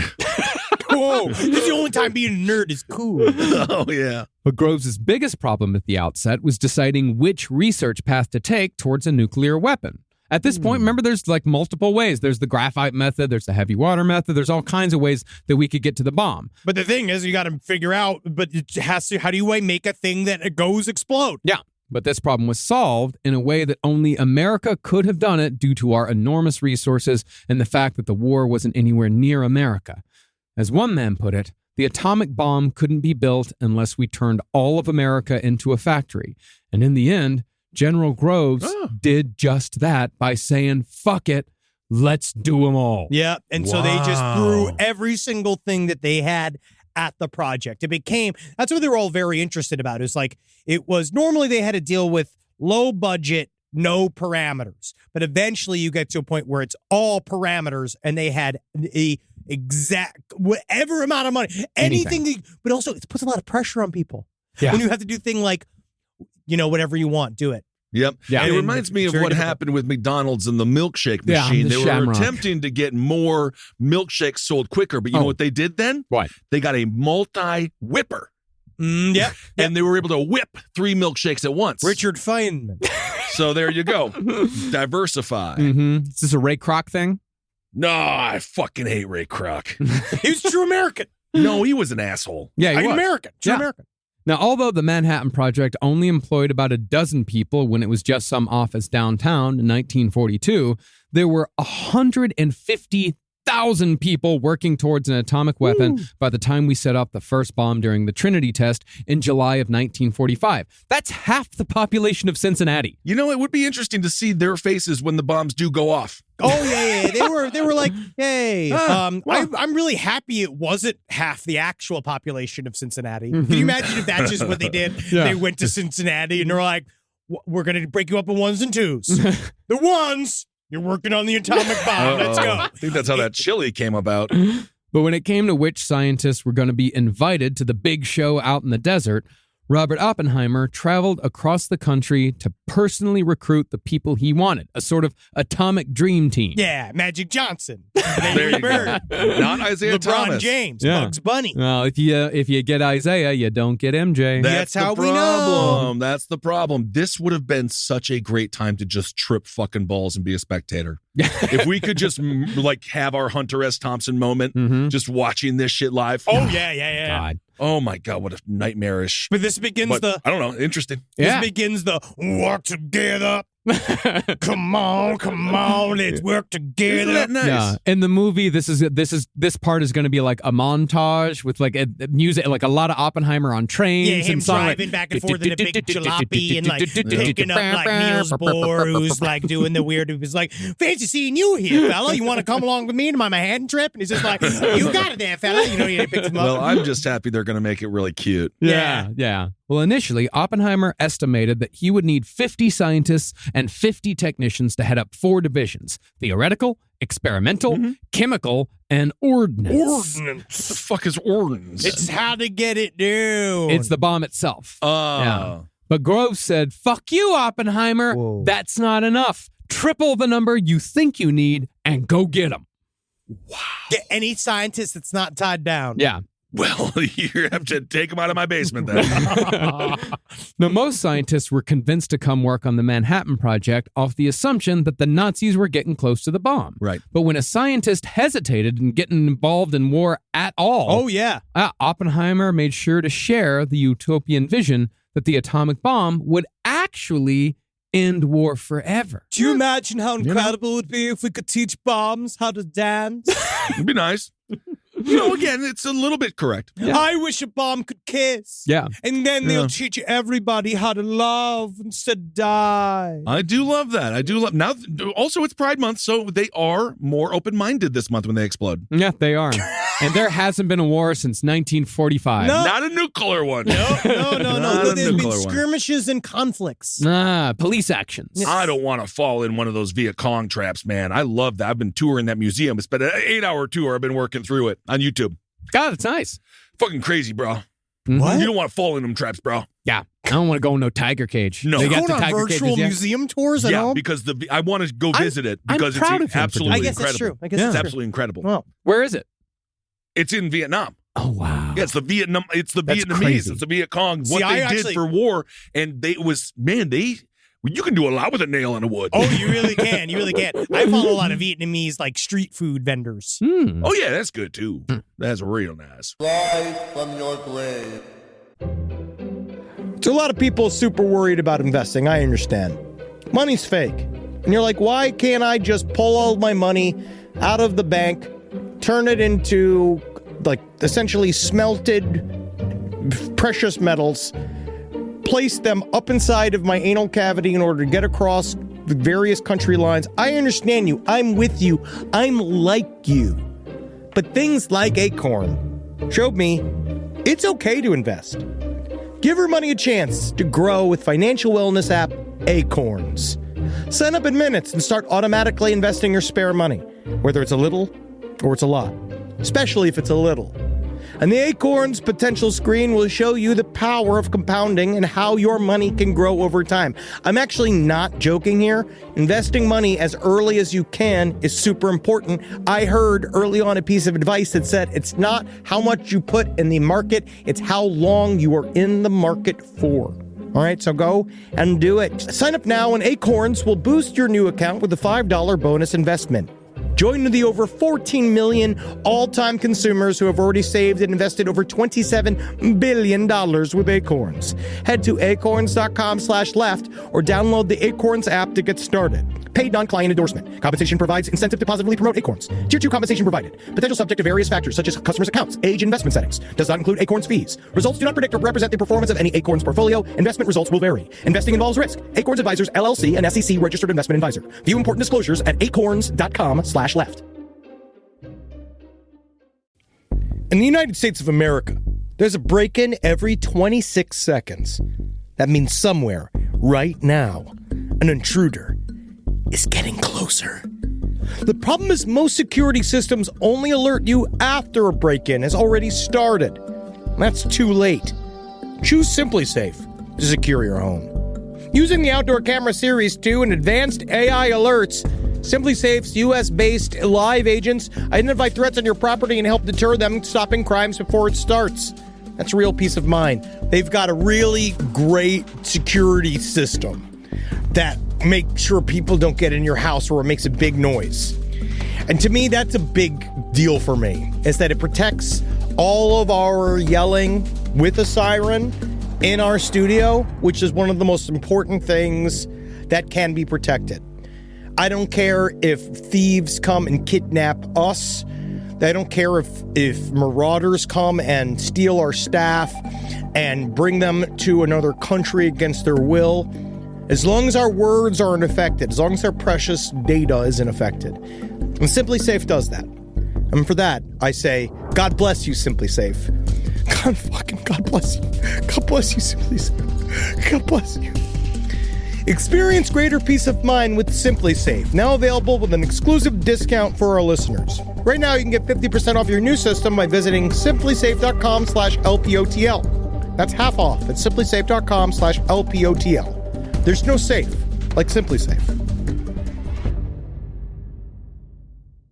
Now, while Oppenheimer was recruiting scientists, Leslie Groves was building the infrastructure. In the end, Groves oversaw the construction of 3 secret towns built almost from scratch, and he did it all in 2 months. Jeez. Now, by design, these towns needed to be isolated, and that went double for the town that was going to be responsible for actually constructing and testing the bomb itself. But you know what's interesting is that's against all of the actual, that's against the sense of the time. Because they were all like, no, we need these next to big cities because that's how you get all the shit that we need for the experimentations. Not a good idea. They're all like, oh, so we're going to test this atomic bomb right outside of Chicago? Yeah. You know, like that's literally like... paint a huge target on Chicago? Oh, yeah. Well, for the test site, they needed a place with good transportation. In order to get all that shit there, they needed a local labor force, and they needed a moderate climate for year-round construction and outdoor experimentation. Most importantly, though, Groves made sure, to your point, Henry, that it was an isolated site so nearby communities wouldn't be adversely affected by any unforeseen results. Ooh. I mean, try explaining nuclear radiation sickness to a fucking congressman in 1942. No, like, how do you do it? What do you mean? They're being pussies? Their cells are being pussies. I mean, Jim Inhofe just brought a snowball into the White House, into the Capitol chamber. Yeah, a couple of years back. No. You can't. We can't compare anything now because they used to have like thoughts and shame and pride back in the day. Had dignity. Yeah, Maybe. dignity. Yeah, Some did. Not Some all. did. I wouldn't say Strom Thurmond had a lot of dignity. No, you're right. All right. Yeah. Well, therefore, Groves chose the site of a former boys' prep school in Jemez, New Mexico, about 40 miles northwest of Santa Fe, and he rechristened it as Los Alamos. Well, that was also J. Robert Oppenheimer's old stomping grounds. Well, he loved the desert. He loved the desert, and he loved riding. He loved going out and be like, you wouldn't believe just how groovy a cactus can be. I believe my that. friends. Yeah. But he loved this area of the world, and he knew the Los Alamos area. Mhm. And he was like, because that was one of his, I mean, again, it's the things you learn about him, where one of his big issues when they first found a spot, where he's like, you can barely see the beautiful mountain ranges from here. Mm-hmm. And how will we That's be not the point. inspired? Yeah, but they were like, but eventually there was like one of the pluses of the new area when they got to Los Alamos, where he's like, and you can see the beautiful colors. Isn't Green, Yeah. red, Nice. Yeah. It can orange, be a That's beautiful place. Sure, why not? blue is the sky. Mm-hmm. Clouds are white. Yep. Yes, indeed. The land of enchantment. Some cactuses actually like to lie down. It's a numbers game. It's a numbers game. That's what comedy is. It really is. That's true. I saw someone adopt a cactus. Huh. It's on Instagram. Wow. It has to be real. It is. Some cactuses actually do like to lay down. Well, Los Alamos. We're just going to move on. Mm-hmm. Los Alamos was only one of the Manhattan Project's 3 so-called secret cities. And even those 3, those weren't the only Manhattan Project sites. Besides Los Alamos, codenamed Site Y, the other... Why? Because we gotta. I guess so. No, Y. Like the letter. Not why. It's not like Cafe I Wa. didn't say it. Why are you looking at me? I figured it was fucking Y. I was making it W-H-Y. what would be called It's not a- the Joker. I was doing a homonym-based joke. Yes. Right. Well, the other 2 main sites were in Oak Ridge, Tennessee, and Hanford, Washington, while smaller sites were located in 13 other cities across the United States. Also had a couple in Canada and one in England. Now, Los Alamos alone would start with a population of about 3,500 in a town that already included a school, a laundry, libraries, a movie theater, Wow. bachelor apartments, Yep. barbers. Because they didn't want them all they separated the men and the women except for the ones that were married. Yeah, they have barbers, 2 restaurants, a vet, and a bar. Wow. And this was all there when they showed up. Although they did also vastly underestimate the resources they would need. It was not fun to live there No. for the first few months. They were living pretty fucking rough. Yeah. But it was interesting because then Robert Oppenheimer promised all of them, I will definitely make a restaurant that you can all go on dates with your wives to. And it's Yes. true, where they literally made a cafe for the single men. And then they made a take your other scientist's wife on a date place within Los Alamos. I also watched a recent history on TGI Fridays, the first one to do the horseshoe around the bar so people would mingle as they go to their seats. Oh, interesting. Wow. Yes. Well, by the time the bomb Honestly, dropped... it is interesting. It is interesting. Yeah. Well, by the time the bomb dropped in 1945, Los Alamos, the population would have doubled to 8,000. Okay. And a couple years later, it was up to 10,000 because work did not stop on atomic research after Hiroshima and Nagasaki. And these people were just asexually multiplying, right? Because of all the chemicals that were in the air. Yeah, they were like gremlins. It was a massive issue because people were having babies. People were fucking and having babies, and it was like at some point Leslie Groves had to cut it all off. He was like, "There's too many fucking babies being born in the middle of my atomic bomb project." Mm-hmm. You know, he has a point. Yes. But the thing about the atomic bomb is that even without it, the Allies were already inflicting airborne destruction in Germany on a never-before-seen scale with bombing campaigns like the evocatively titled Operation Gomorrah. Not good. Oh, my goodness. Because we know that story. Yeah.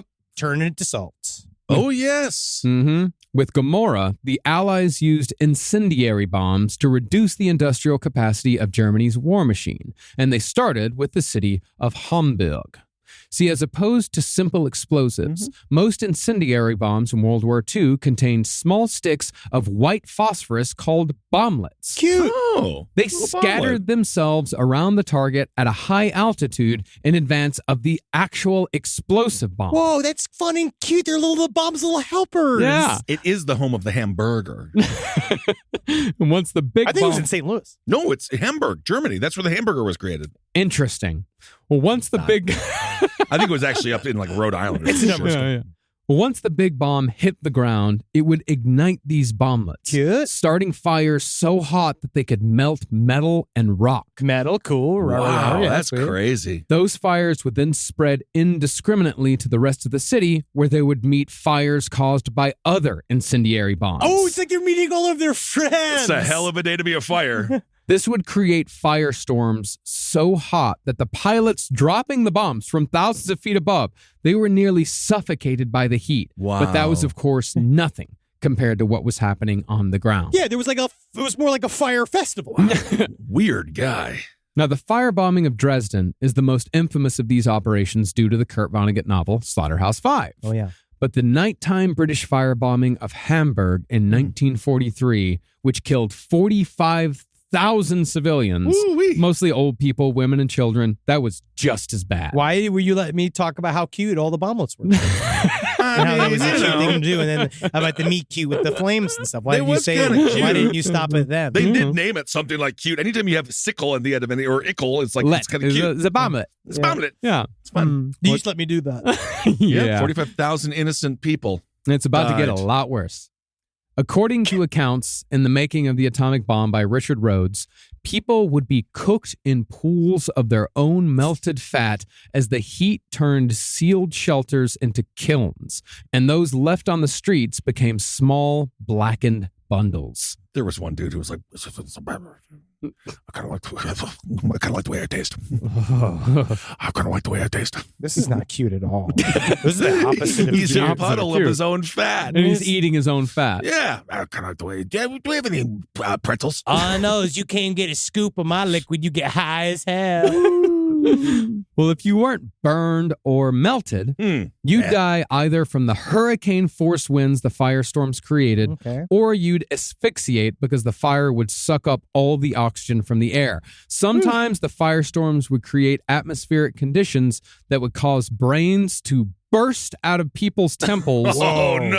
or cause their innards to burst out from underneath their ribs. Oh, their entire man. rib cage. Popcorn. You yes, never would want your last empty word. out. You never want your last words to be like, well, I needed that. It's not cute. You know, No, it's not. But you did make it cute. why did we need the other bombs? It sounds like these bombs are doing a really good job of being like naughty. Yeah, or do being better. bad. Yeah, Always do being better. real bad. Yeah, and of course, all of this would pale in comparison to the firebombing of Tokyo that would happen, I think, a year or two later. But while this does prove that the firebombing of cities, whether it was Hamburg, London, or Tokyo, it proves they were always horrific. Oh, yeah. It also showed that the men in charge during World War II had no issue bombing civilians. No. After all, when it was all said and done, 38 million civilians died during World War II, which was incredibly 2.5 times the number of military personnel killed. And 38 million is a conservative estimate. You could And see for in fucking what? You know, really? I mean, obviously, you know, to fight This for was the the- Nazis, but like stupid human history. But why did the Nazis do it in the first place? Right. You know, Yeah. why did the Japanese do it in the first fucking place? point. It's very it's humbling because you think about like how much destruction was caused in such a short period of time and what they had to kind of scramble to do and how the Manhattan, right? It's so crazy. This whole story is just this time period. Yeah. They came out of this all fucked up. Like now we kind of know about like trauma and PTSD. You think about these guys were fighting in the just war, like the quote unquote good war. Yeah. And Greatest they came out of generation. it. Yeah. Yeah, 38 million. That's what, about a tenth of the population of the United States? Yeah, I guess they could have done it in Alan Parsons, Nevada, the Alan Parsons Project. But so, I mean, which also very controversial for a lot of people. Just as controversial as the Manhattan Project. Mm-hmm. Now, when we're talking about numbers, it only made sense when it came to the Manhattan Project that security was going to be a top concern due to just how many people were involved. I could see that. Interestingly, some of the security practices that Groves adopted during the Manhattan Project still persist to this day, and the project's secret budget and lack of legislative oversight made it America's first large-scale black budget program. Never mind, most of it was taken over by that group, the S1 committee, that was just like FDR just kind of said, all right, you're in charge of this thing. You're going to go and do this. And it was just a group of guys that you wouldn't know. Yeah. You know what I mean? They were all just a bunch of famous guys within the government. They were super, super powerful. And they didn't have to answer to anybody but themselves. Yep. Not surprisingly, many of the people Groves recruited went on to have extensive careers in the CIA. There's a lot of, this is why, to me, this subject is extremely important to know for people that are into stuff that Last Podcast also covers, where you're like, all of this information about the Manhattan Project helps feed my conspiracy theory mind as well, because you start to kind of see how they run something of this size and how it's, which you'll find, impossible to keep secret. Impossible. Because the entire world was also doing the same thing at the same time, and the Manhattan Project had 150,000 participants within it. So everybody knew what was going on. They talked about the little town. Not everybody. More open is like more of an open secret in certain areas of the country. Los Alamos, the people, when they arrived, right, the whole town was like, yeah, they're building some kind of atomic bomb. Like they literally knew Well, something they was didn't going know on. atomic bomb. But They they- knew building some kind of a weapon. They did meet a man in a pork pie hat with a cigarette in his mouth who was like, hello, my name is Mr. Johnson. Yes, we're doing some experiments here. And we were like, no, you're super famous nuclear scientist J. Robert Oppenheimer. You're also greatly overestimating the reach of a famous scientist. Well, the kids, they talked about this, but there was two kids that were like, he was famous. Yeah. He was on newspaper. He was like, people knew about this guy. It was just different. I'm also greatly underestimating how smart people used to be and how much they used to read. They used to read stuff. Yeah. And they knew when he showed up, he was like a celebrity. So it's like, they're doing something secret. Something. Yeah, and all of a sudden, all these... Sounds like a fucking great day to be a kid with a couple of friends, get on your bicycles. It's the go real sniff Stranger around. Things. Absolutely. It sounds awesome. Yeah, all of a sudden, all these fucking European dudes are just showing up in these Trippy. small towns in New Mexico. See the wonderful colors of the New Mexican backgrounds. Yeah. And then, of course, you get those new restaurants. It must be a good day to be in Los Alamos. There was this place called the Owl Cafe that made a thing called the Atomic Burger that was just outside of town that they used to all go eat. It was a green chili burger that they all go root around. I no, love green I'm- chilies. you know- I love green chili Me burgers. too, I do. I don't need my spice on my burgers. I How just do like they, her. what do We they should call me? get 'em in. Gas, man. How do they know I have gas? Soup of the day. Well, that's the thing about these security measures. That's the thing about all of the CIA shit, all of the black budget shit. The security measures in no way worked. The Soviets had no less than 2 active spies within the inner circle of scientists, the toppest of top secret. And that wasn't even to mention all the other little spies peppered throughout. Because remember, at the time, they were our allies. So there were a lot of people. The spies, quote unquote, spies truly involved here were some of Oppenheimer's students who he brought in to be like assistants and people who'd work on various experiments. At the time, they had sort of a naive, American-centric communist idea that like, no, we need to share this information with our allies. It's like they're trying to help this humanitarian effort. We should be going and helping them fight the Nazis right now, blah, blah, blah.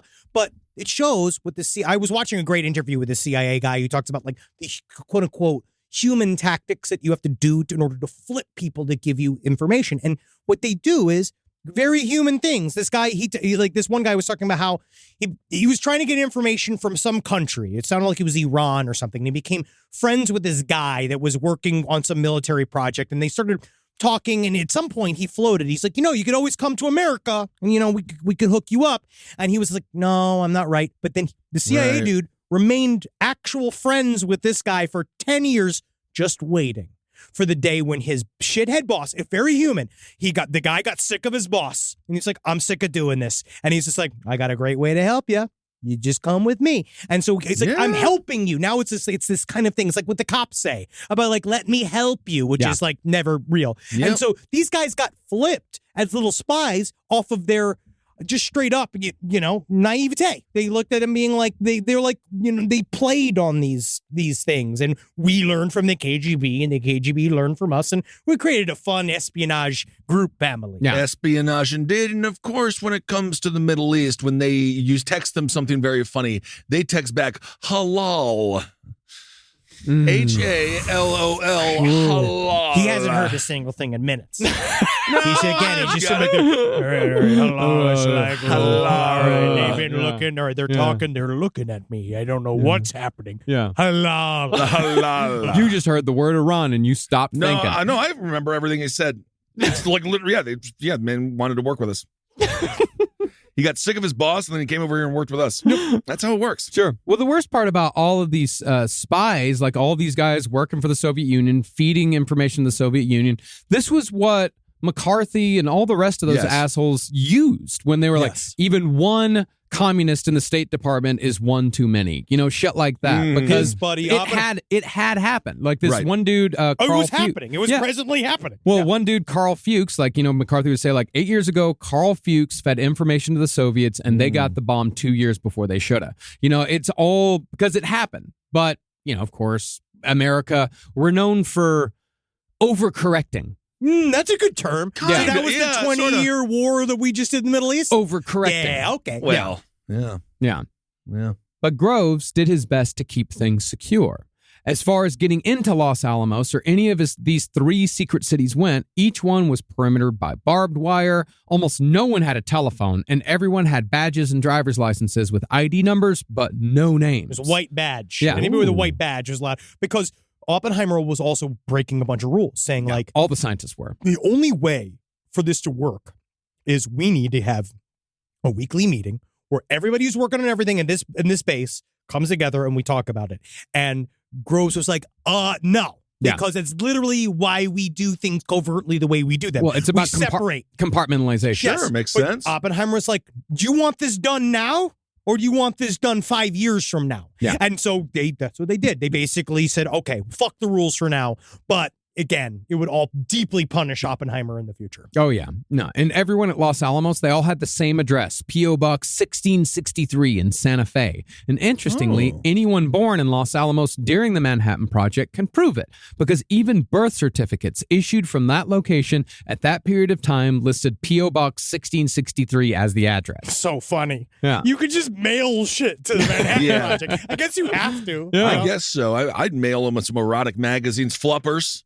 That's always a fan. Dolphin themed. They definitely need to be jerked off. Scientists are horny. Yeah. Oh my God, some of the horniest, because they have the egos of an actor, the face of a scientist, and then the desire of just some prisoner. They are very horny. They are horny. There was a lot of honey, a lot of beavers getting snacked on. Yeah. Yes, indeed. Now, when it came to compartmentalization of knowledge, Leslie Groves was the only person on Earth who had total knowledge of the whole thing. He controlled the pace, the priorities, and the direction of everything major. Wow. In regards to secrecy, the top priority was to keep knowledge from, in order of importance, the Germans, the Japanese, and the Russians, because just about everyone in the military brass had pegged the Russians as our next big bad just as soon as World War II was over. Yes, it was. Everybody knew that the Russians were the next enemy, except for all of the people that found this literature in college at the time period, which is what Oppenheimer says later on when they are grilling him, when he's basically saying,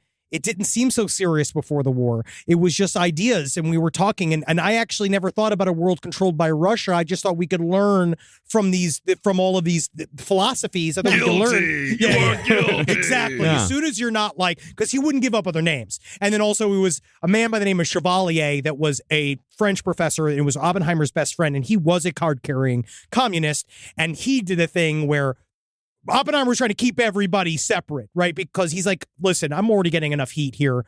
Everybody considers me a communist, and it's just because I got thin tie on at this point. And and I went to a couple meetings back in the day. But this guy comes up to dinner and basically says, you should sell all of your information to Russia, not even understanding that everything's wired for sound.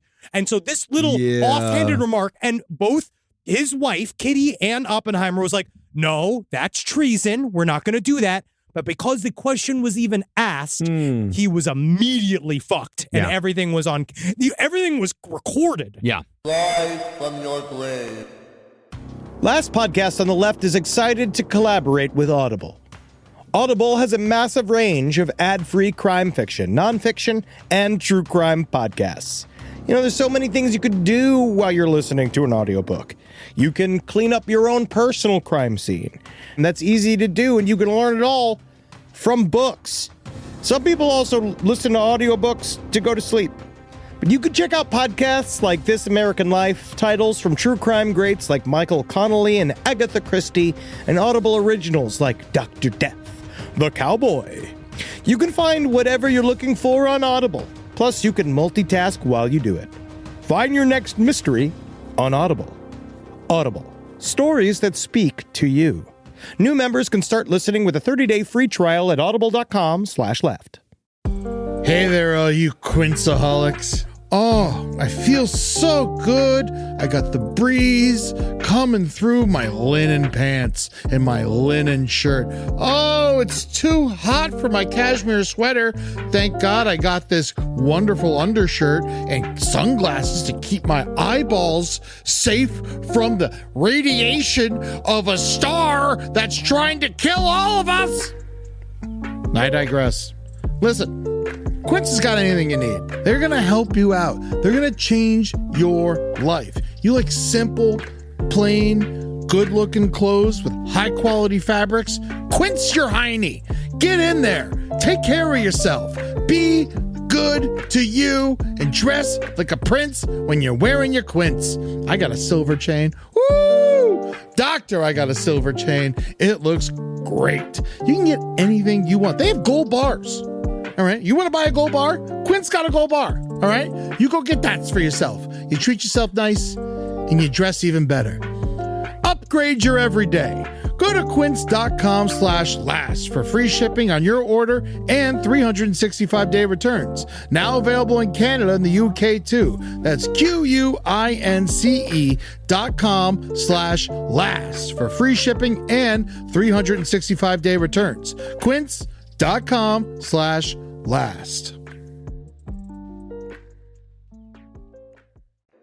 Well, Groves also wanted to keep knowledge of the project away from other nations so that the U.S. would come out of the war with as strong of a position as possible. The only other people who knew we were doing this were the British. But Groves also wanted to keep the knowledge of the project from Congress and, to a certain extent, the president, so none of them would or even could interfere. Basically, when it came to the Manhattan Project, FDR went with the policy of set it and forget it. Oh, yeah. Well, why not? I mean, that's what you do to him. You set him and forget him. There you go. He's the Ron Popeil of presidents. No president spared. Not at all. But perhaps the most consequential of Leslie Groves' security directives, which would heavily influence later decisions on how the bomb was dropped, he insisted that the bomb be a surprise, thus gaining the maximum psychological effect. May I just say one thing? Can we put a smiley face on the bomb? Or maybe we could put a little tail on it. I mean, Hi there. Hi there. Hey there. Whoa there. It was definitely called Fat Man and Little Boy. Yeah. I thought it was it Little Boy? Yeah. Little Boy, yeah. Little Boy. That's... They were named after characters in the Maltese Falcon. Fat Man, Little Boy, and Thin Man. I love when they let that dog on the back of that falcon. You can't. People say I was made in the lab. Kissel was made by God. Thank you. You know what's interesting? The dog in Neverending Story, isn't he a bit of a Maltese Falcon? He is. He's a flying Maltese. He is a massive Maltese. I feel the shame. Yes. I feel the shame for the audience. Also, the fucking story did end. Yes. So never-ending story. Well, what are these credits then? No, it's about the idea of imaginations is the never-ending movie story made me too is sad. It is a very sad movie, but the never-ending story is the story that we all share in the world of imagination. Yes. We did get hit hard with some sad-ass movie, but it was good for us. Yeah. Now the kids just have the recession and Yep. And then they got that movie Cars, which is all about gas prices. Yeah, unbelievable. The hopelessness of having no future. Yeah, that and was how cars all can't of the reproduce. all of the shows were about that. But all the secrecy and military protocol clashed with some of the scientists who had a hard time operating even within the rules of the academic sector. And some of them treated security so casually that they are lucky they did not get shot before the whole thing was said and done. Wow. What this teaches me is, again, that conspiracies work if they are small. Like you must, conspiracy happens in choke points of information that then just shatters everything. You basically create a shield against any sort of objective look at the information inside of the conspiracy by keeping it between three people, right? Yeah. You make it a small deal. Like, JFK, the Secret Service fighting over his body when he's leaving. The conspiracy was happening in that moment. Yeah. Right. And that's when it moved on. Cover-ups happen very fast. Very Yeah, fast. the Secret Service saying like, do not let anyone examine this body because then they will find out we accidentally killed him. And then you look at MK Ultra, which is also a sort of another size of this, right? This size of quote unquote conspiracy. But again, everybody knew that we were doing it. But the way that they hid that was instead of doing it out loud like the Manhattan Project did, they just did it real quiet and just gave money everywhere. And just if you touched any of that MK Ultra money, you're now MK Ultra. Yeah. Well, for an example of a scientist not taking security seriously, physicist Richard Feynman once found a hole in the security fence surrounding Los Alamos. He was a trickster. Yeah, he found a hole in the security fence. He's out for a stroll. Oh, look, there's a hole. There's a hole. So just for fun, he checked out of the base, snuck back in through the hole, and checked out again. Guys, you wouldn't believe what I was been doing. I was walking and I found a hole. And then I walked Richard back. Feynman. That's him. I went in through the hole. I'm going to go back out through the hole. This is Richard Feynman. Complex ideas, simple explanations. Yes. Simplify. He didn't go back in the hole. He got out of the hole. You don't know what I did in that hole. No, he went back to the gate and he checked out again and he kept just going around and around in a circle until someone said, "Hey, wait a minute, Richard." I don't want to tell you, but this is what I call mousing around. Have you seen any Richard Feynman? I should send you him explaining fire. You would like Richard Feynman. Yeah. Because that's what he does. He entertains us boobs. Nice. All Yeah. right, I'll take it. But he was completely ignoring the fact that a paranoid, trigger-happy soldier could have very well shot him in the head, thinking that he was a foreign saboteur. These scientists are getting too casual. Man, I'm mousing around.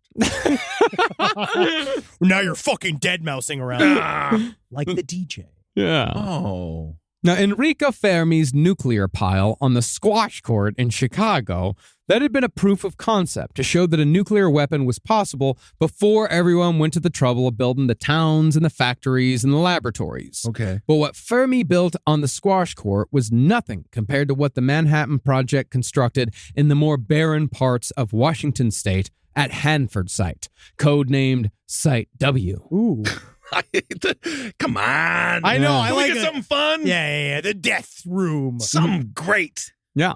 Y and Dr. W. Mr. Shit Fucks Pancake Fuck. There we go. Something fun. Well, there at Site W in Hanford, Washington, almost 50,000 people, mostly brought up from the South, were hired by the DuPont company to build the site. Although very few of them knew what they were actually building. Some thought it was a sandpaper factory. Yep. That sounds like a real answer. Yeah. Well, they said sandpaper sandpaper factory. Others who had to be fucking absolute morons thought they were building FDR's Winter Palace. Sounds like some of them have been educating themselves on YouTube. Wow. In reality, though, Hanford Site was a part of General Grove's scattershot strategy.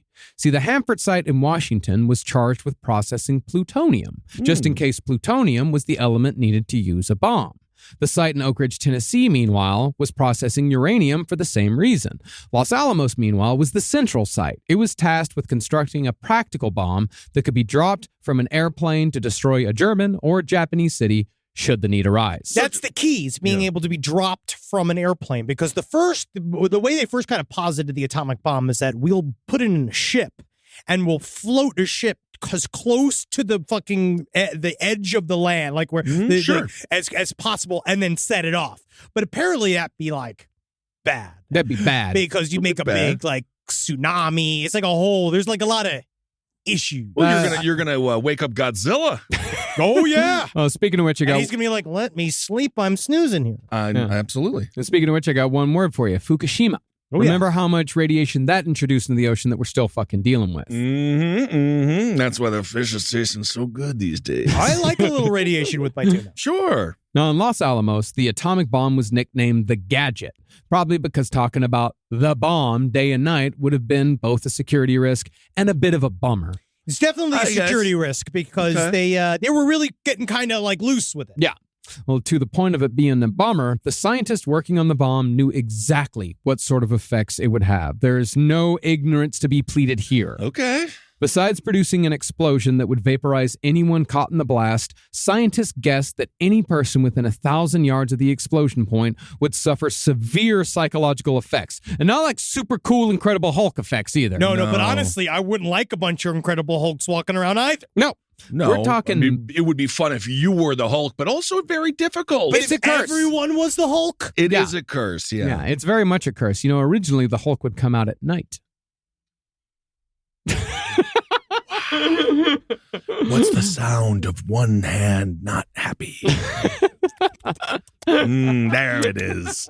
That's the sound when Marcus talks about comic books that I'm hearing. It's a very simple origin story. Yeah. Now, we're not talking Incredible Hulk shit. We're talking melted innards. We're talking bodies decomposing from the inside out before the affected victim even dies. Kind of wish I died first. Yeah, that would have been nice. They also knew that the area would remain highly radioactive after the initial blast, slowly and silently killing anyone who just happened to wander into the area. The other countries working on the atomic bomb never talked about radiation sickness. Yeah. And this was one of our most closely held secrets. Yeah, we knew is it. the fact that this thing is going to make whatever land is underneath this thing uninhabitable for like 100 years. Yeah, that's great. Depending on which type you use, Yes. which element you use. Certain elements have longer half-lives. That's the whole point of Doctor Strangelove. G. But then also the idea of how it explodes, like, because that's the tricky part, which is in order to make it so that we don't have to literally make sure no human lives here again, it has to explode above the site and not on the site. Well, now they poison our water with a bunch of other stuff, too. Yeah. Isn't that exciting? Well, while the plutonium produced at Hanford would be used in the first atomic test, the uranium used in the first atomic bomb was produced, you're going to like this one, Ben, Site X. Yeah, you see, that's cool. Yeah, but it's still just a letter. Yeah, but it's still Site X. Site X. Yeah, I know. X is they a put cool, in some ramps, X too. is a cool letter. Yeah. I was in Oak Ridge, Tennessee. They had a 5-man team inventing me like, what if a skate was in one line? And make it like a sword. It's a roller sword. A roller blade. No, that's dumb. No, a roller knife. There we go. Well, at Site X, 4 separate methods of producing uranium-235 were being researched simultaneously, each one costing hundreds of millions of dollars. The most effective process, however, involved a contraption called a calutron, which required a 44-acre, mile-long, 4-story high plant that required hundreds of miles of airtight piping all welded together just to make it work. Wow, I think that was actually just put into the new omnibus bill. That's a little political humor. That was just put into the debt ceiling bill. Make the house bigger. Well, interestingly, when these calutrons were first built at UC Berkeley, they were only allowed to be used by men with PhDs. But with the war on... Pretty hot dicks.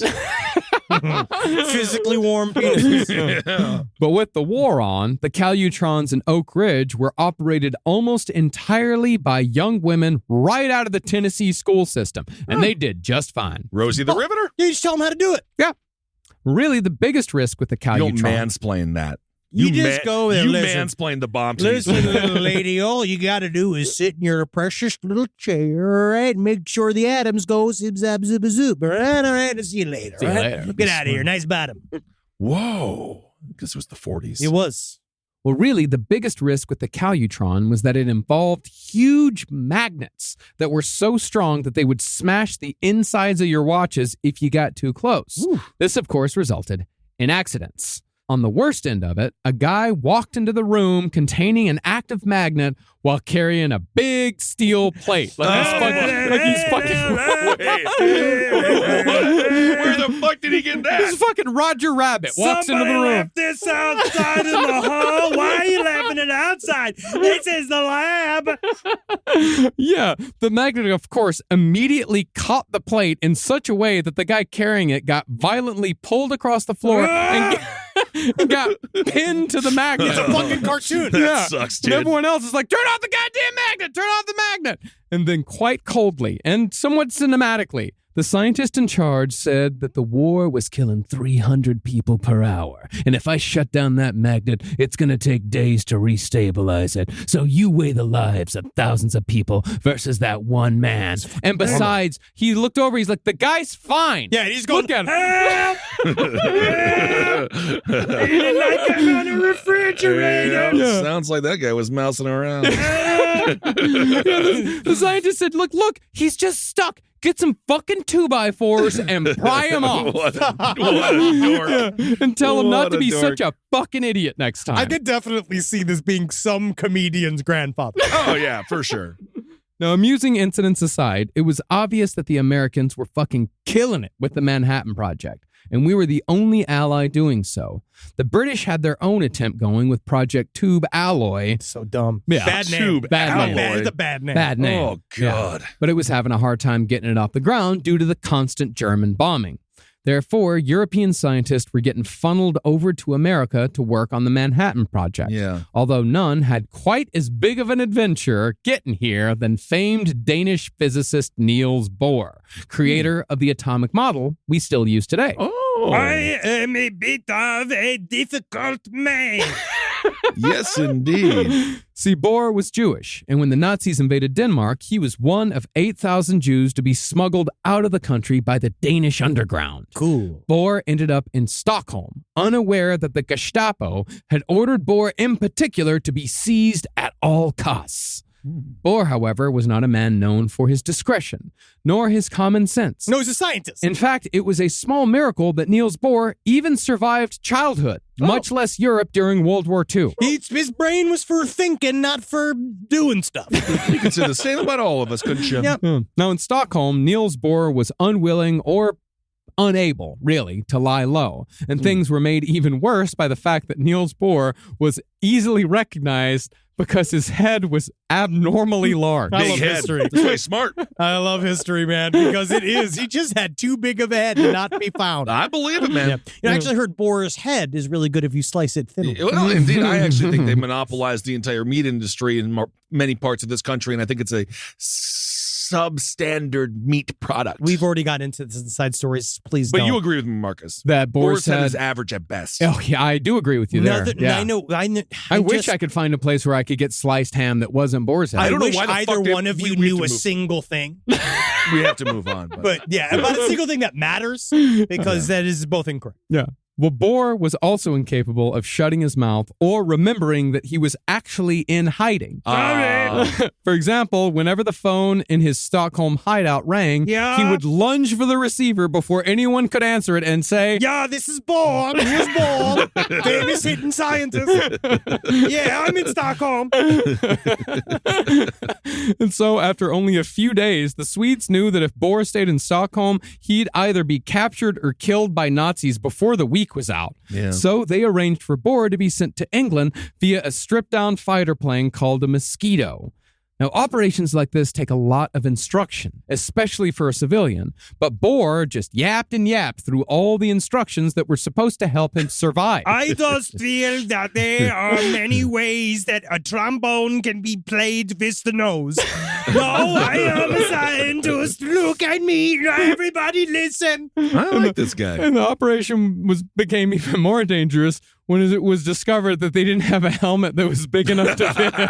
It's crazy. That is funny. Think about that. That's how big your head is. Yeah. Wow. But because Bohr didn't listen, he didn't know that when the mosquito reached altitude, he was supposed to use an oxygen mask. Oh. Therefore, in mid-babble, while they were going up in the air, Bohr very suddenly passed I out. sometimes feel that metal burl is a too You know what? appreciative. That's a great way to fly. Yeah, and Fall asleep, pass out. the British crew thought they'd accidentally killed one of the most brilliant minds of the century. So funny. But when they landed, Bohr suddenly woke up alert and chipper, saying that he just had the most wonderful nap. It's just nice to take a break. It is. Now, Bohr was extremely important to the Allies, but not just because he was brilliant.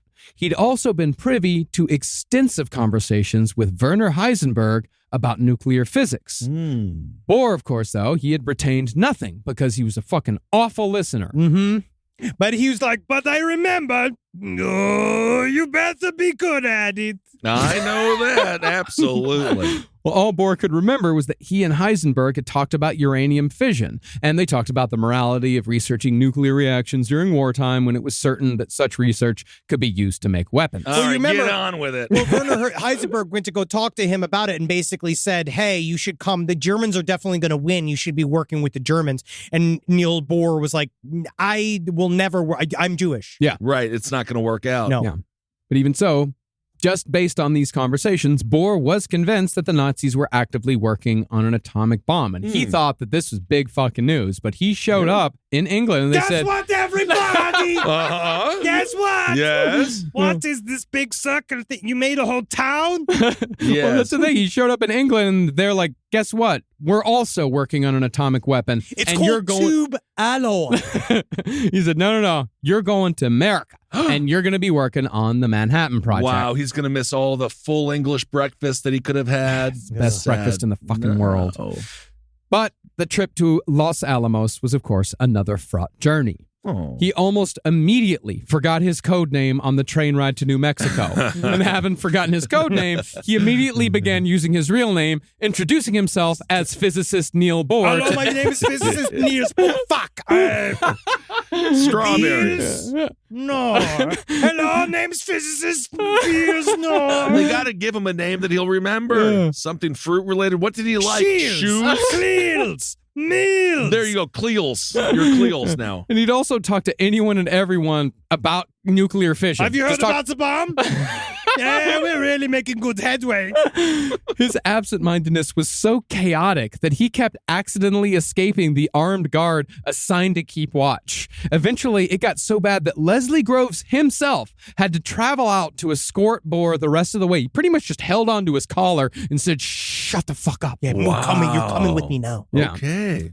But perhaps Bohr's greatest treasure was a drawing Heisenberg had done of a Nazi heavy water nuclear reactor. But Bohr and the rest of the scientists, they couldn't conclusively say that this reactor could be used to make a weapon.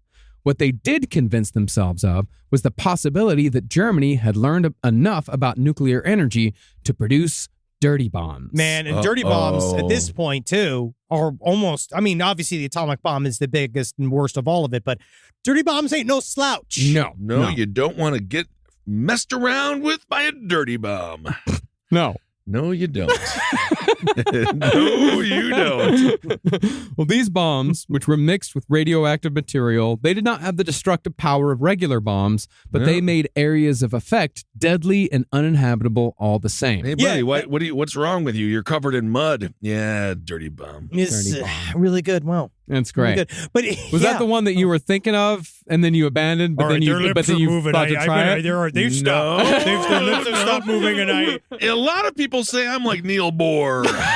You know what? It's true. I got a big old fucking head. Yeah, you do. I sleep on planes great. But there's a part of them that thought that the atomic bomb was kind of like, well, at least the first wave of energy wipe everybody out quickly. Yeah. And then the radiation sickness will set in. So they actually view it was like, well, at least the atomic bomb, we kill you up top. It's real nice. We're kind of being nice with it. Now, there was no evidence for German dirty bombs, but nevertheless, Manhattan Project officials had secret nuclear defense systems installed in quite a few major American cities. They almost deployed teams of soldiers with Geiger counters on D-Day in a scuttle plan called Operation Peppermint. See, now that's fun. I like Operation Peppermint. Operation Peppermint. Yeah, they shipped out Geiger counters. They included that's with the Bastard Brigade. It covered that one of the guys in the Bastard Brigade was one of his jobs, so that he had to go and try to check every bomb hole for radiation. Yeah. And also, I didn't know that Mo Berg tried to kill Werner Heisenberg. Yeah, well, we'll get to that next episode. Yeah. But of course, once we started thinking that maybe the Germans might use dirty bomb tactics, we started thinking about how we could do something along the same lines. Yeah. Maybe. And of course, that deadened us even further as to what we could be capable of unleashing upon civilians. Okay. At one point, Oppenheimer and Enrico Fermi enthusiastically discussed using the isotope strontium-90 to poison Germany's food and water supplies in a preemptive strike.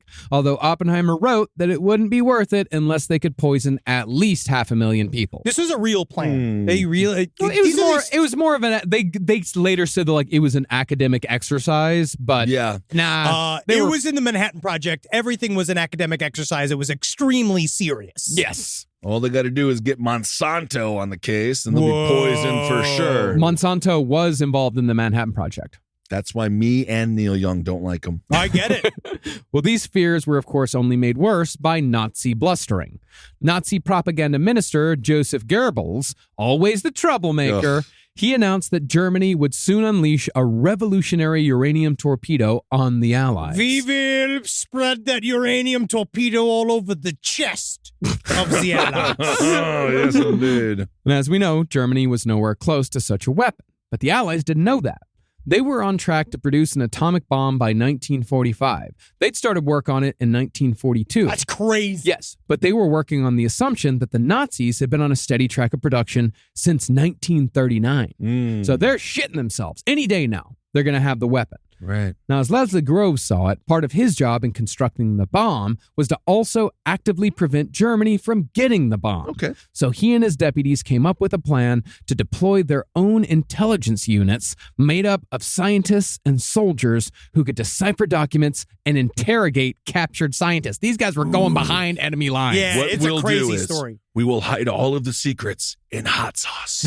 There's no way the German can handle the hot sauce. I think it's important we'll put it inside this case of salt and pepper. They'll never see it. Well, the Germans have a little bit of salt and pepper. It's a little bit. A little bit, They don't yeah. want the hot sauce. They don't. No. And we'll get more. Oh no, there's a General brought hot sauce. I actually have it right now from a buddy of mine who made it and sent it to the studio. It's like a nice light. It's kind of a Bavarian hot sauce. It's very tasty. It's a little bit of a medium range. Do they hot have it in the sauce. You 40s? can look it for it. Do they have it in the 40s? When was it made? Do my time traveler? I don't know. Am I a time traveler? I don't know. I just don't think of Germans and hot sauce. Yeah, I don't either. They have hot sausages. Buddy. Hey, buddy. Why are you calling me on the phone? I'm here on the show with you. Why are you calling? You just did the phone call. We'll talk about sausages later. People don't know that you're doing it. Click. Well, we'll hear the story of the German. Well, God damn it. I don't know. Well, we will hear the story of the intelligence units that are made up of scientists and soldiers on the next episode. Okay. But meanwhile, President Roosevelt was starting to use stronger language when discussing the Axis powers. We're going to rough them up. We're going to push them down. By 1943, he was saying that the only way the war would end was with the unconditional surrender of Germany, Italy, and Japan. Therefore, unconditional surrender became official Allied policy. And that word, unconditional, would become incredibly important. Now, by 1944, U.S. forces on the Pacific Front were making serious headway in taking and holding the small islands leading to Japan, which were crucial to establishing Air Force bases to bomb Japanese cities on the mainland. Cool. Most crucial were the islands of Saipan and Tinian. Saipan was taken first in a horrifically bloody battle that resulted in the loss of 3,000 Americans and tens of thousands of Japanese. Wow. This is one of those things where, you listen to Marcus talk about these subjects. Sure. And he likes them.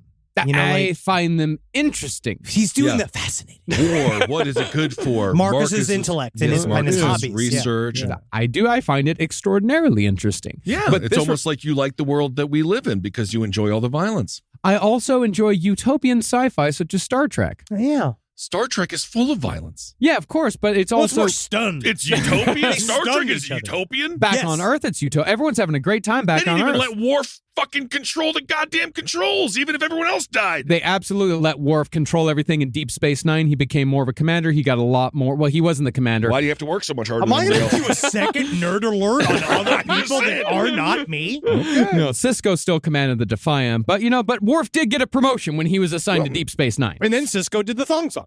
Oh, the thong. Yeah. Now, about 29,000 of those Japanese deaths have been soldiers who had refused to surrender under any circumstances. And that was pretty much the case for every single island the Americans took. Iwo Jima, Right. Goddamn, there's a reason why we talk about Iwo Jima to this day. Well, it is true, right, that this was their emperor or was their god. So this would be... It's somewhat of an oversimplification but they were of very, it. Richard Feynman. They were very dedicated. They were They were extraordinarily not going to dedicated. fucking cower. They were not going to turn They back weren't going to and run. surrender. I mean, No. from these massive battles, they would have thousands upon thousands of So it casualties, just- and you might capture like a dozen Japanese soldiers. It seems like Also- a perfect storm of immense chaos. They don't want to surrender, and then we're like, bitch, you have to. You have to, though. unconditionally. And there's some gray in there as it goes, because as the war goes on and people start going hungry and they can't eat, eventually that fever will go away. It will begin to wear off as they go.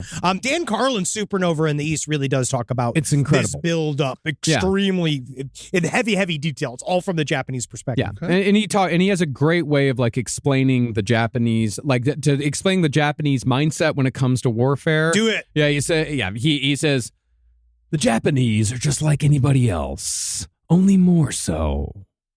You get it? The more so than anybody else. I actually Richard have a question. Feynman. I have a question about their payment issues, Dan. Carlin. Dan Well, yeah, Carlin. no, he's Difficult to get the episodes. Well, he's behind a paywall because he deserves the money. He works very hard on the show. I And was he's trying also- to get an episode, and I couldn't get the episode. He's also an old school guy. I mean, he's been doing podcasting since 2007. I don't think he's ever shown the top of his head. You ever seen him? Him He's a cat and guy. Oppenheimer are very, very similar. Yeah. They're hat-based people. Yeah, Carlin's a hat-based guy. Even when He he is? was, yeah, he is. But hey, you know what? More power to him. It keeps his knowledge absolutely. in. I just Yeah. wanted to listen to the episode. That's all. Yeah. But that's the thing about Saipan is that 14,000 of those casualties, 14,000 of those deaths, those were civilians. Oh, yeah. Many of those civilians were accidentally burned to death in civilian shelters by Marines because the shelters looked almost identical to military bunkers. And it was policy, or at least and it was policy to clear bunkers with flamethrowers loaded with napalm fuel as quickly as possible. That's just a way to clear a bunker. Is it?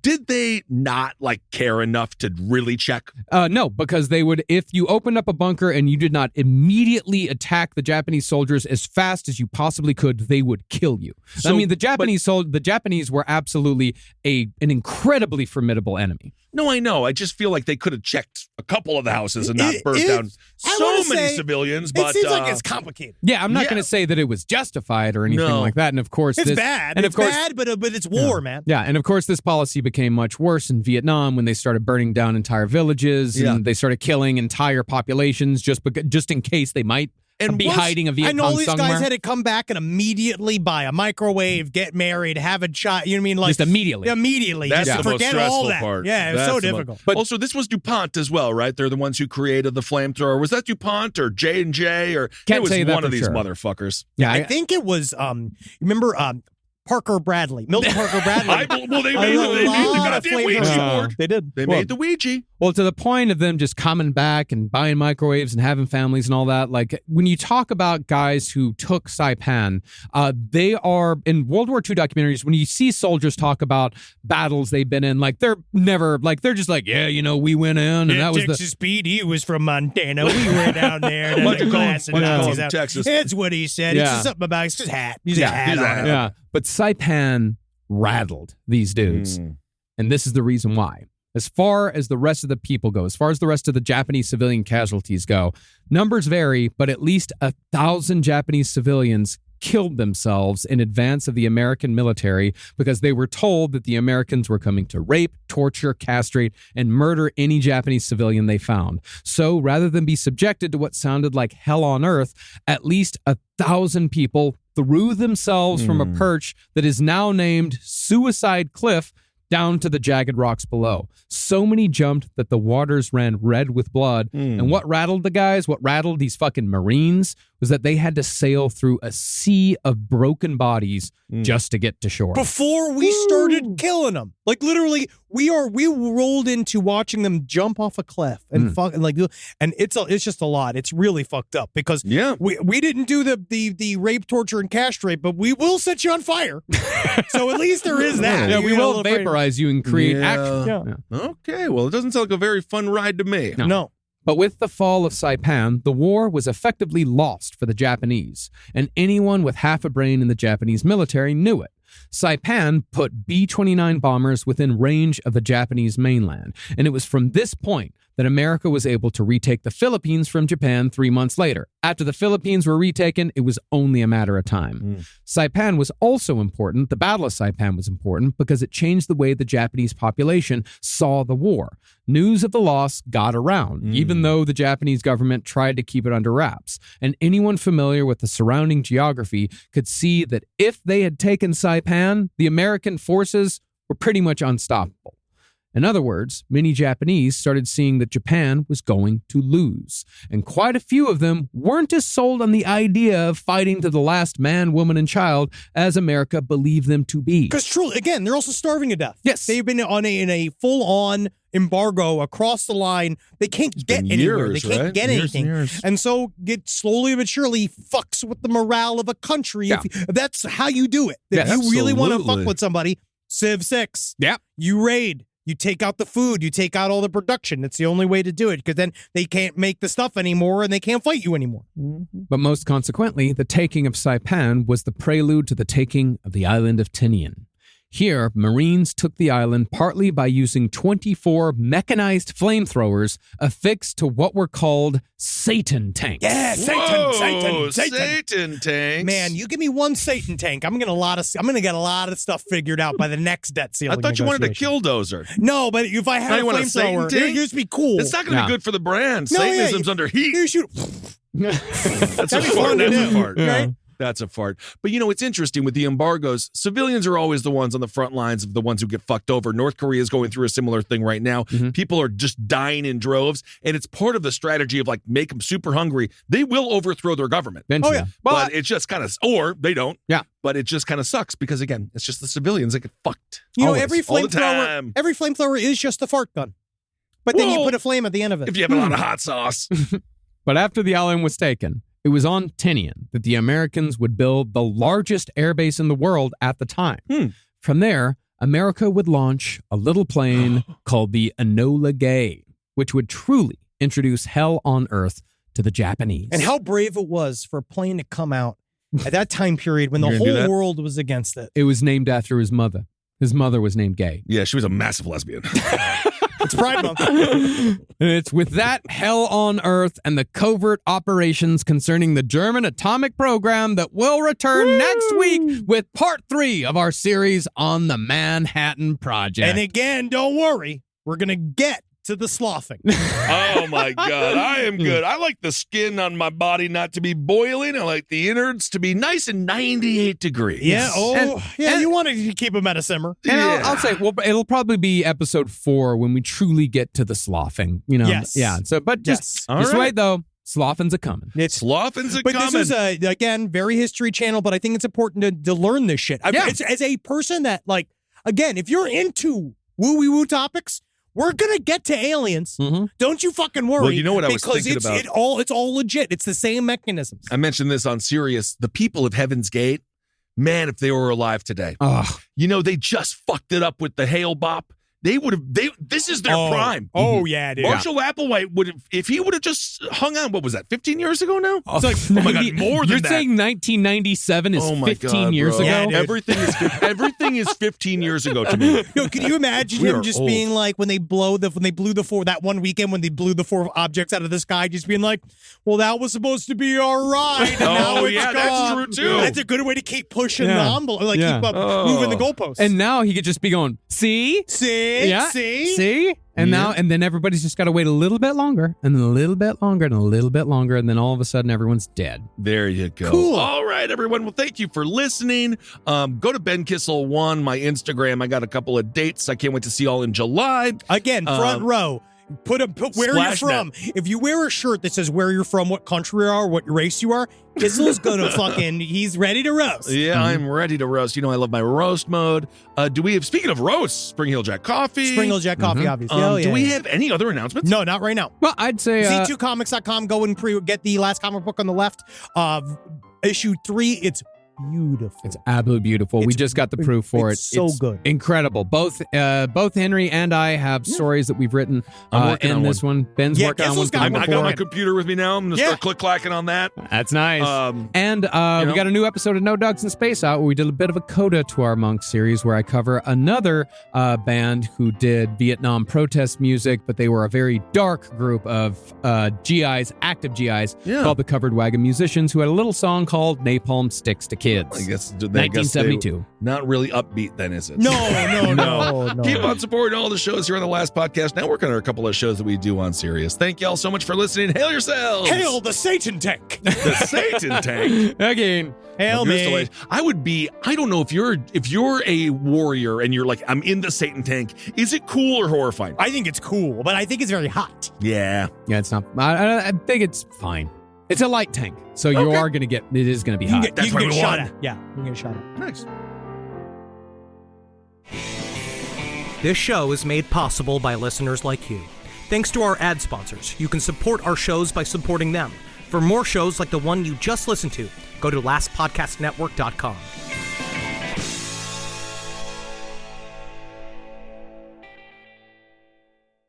Nature can hide dark secrets. It's my job to unearth them. My name is Anna Pigeon. This Friday. I'm a law enforcement ranger. I need you to put your hands on the ground. Don't miss USA's newest drama series. If you even touch one hair on the park's head, I'll stop you. Based on the best-selling books. For Anna, solving crime is second nature. I'm not letting him get away with this. Why do you care so much, Anna? Someone has to. Anna Pigeon premieres this Friday at 10 on USA Network. Wendy's believes summer should be more fun and less expensive, which is why, for a limited time, they're making their small classic Frosty just $1. Because let's be real, summer and Frosty just go together. So come on down and celebrate $1 Frosty summer at Wendy's with a hot deal on your favorite cool summer treat. But this deal melts away when summer does, so get it while it's hot. Or, cold. Limited time only at participating U.S. Wendy's.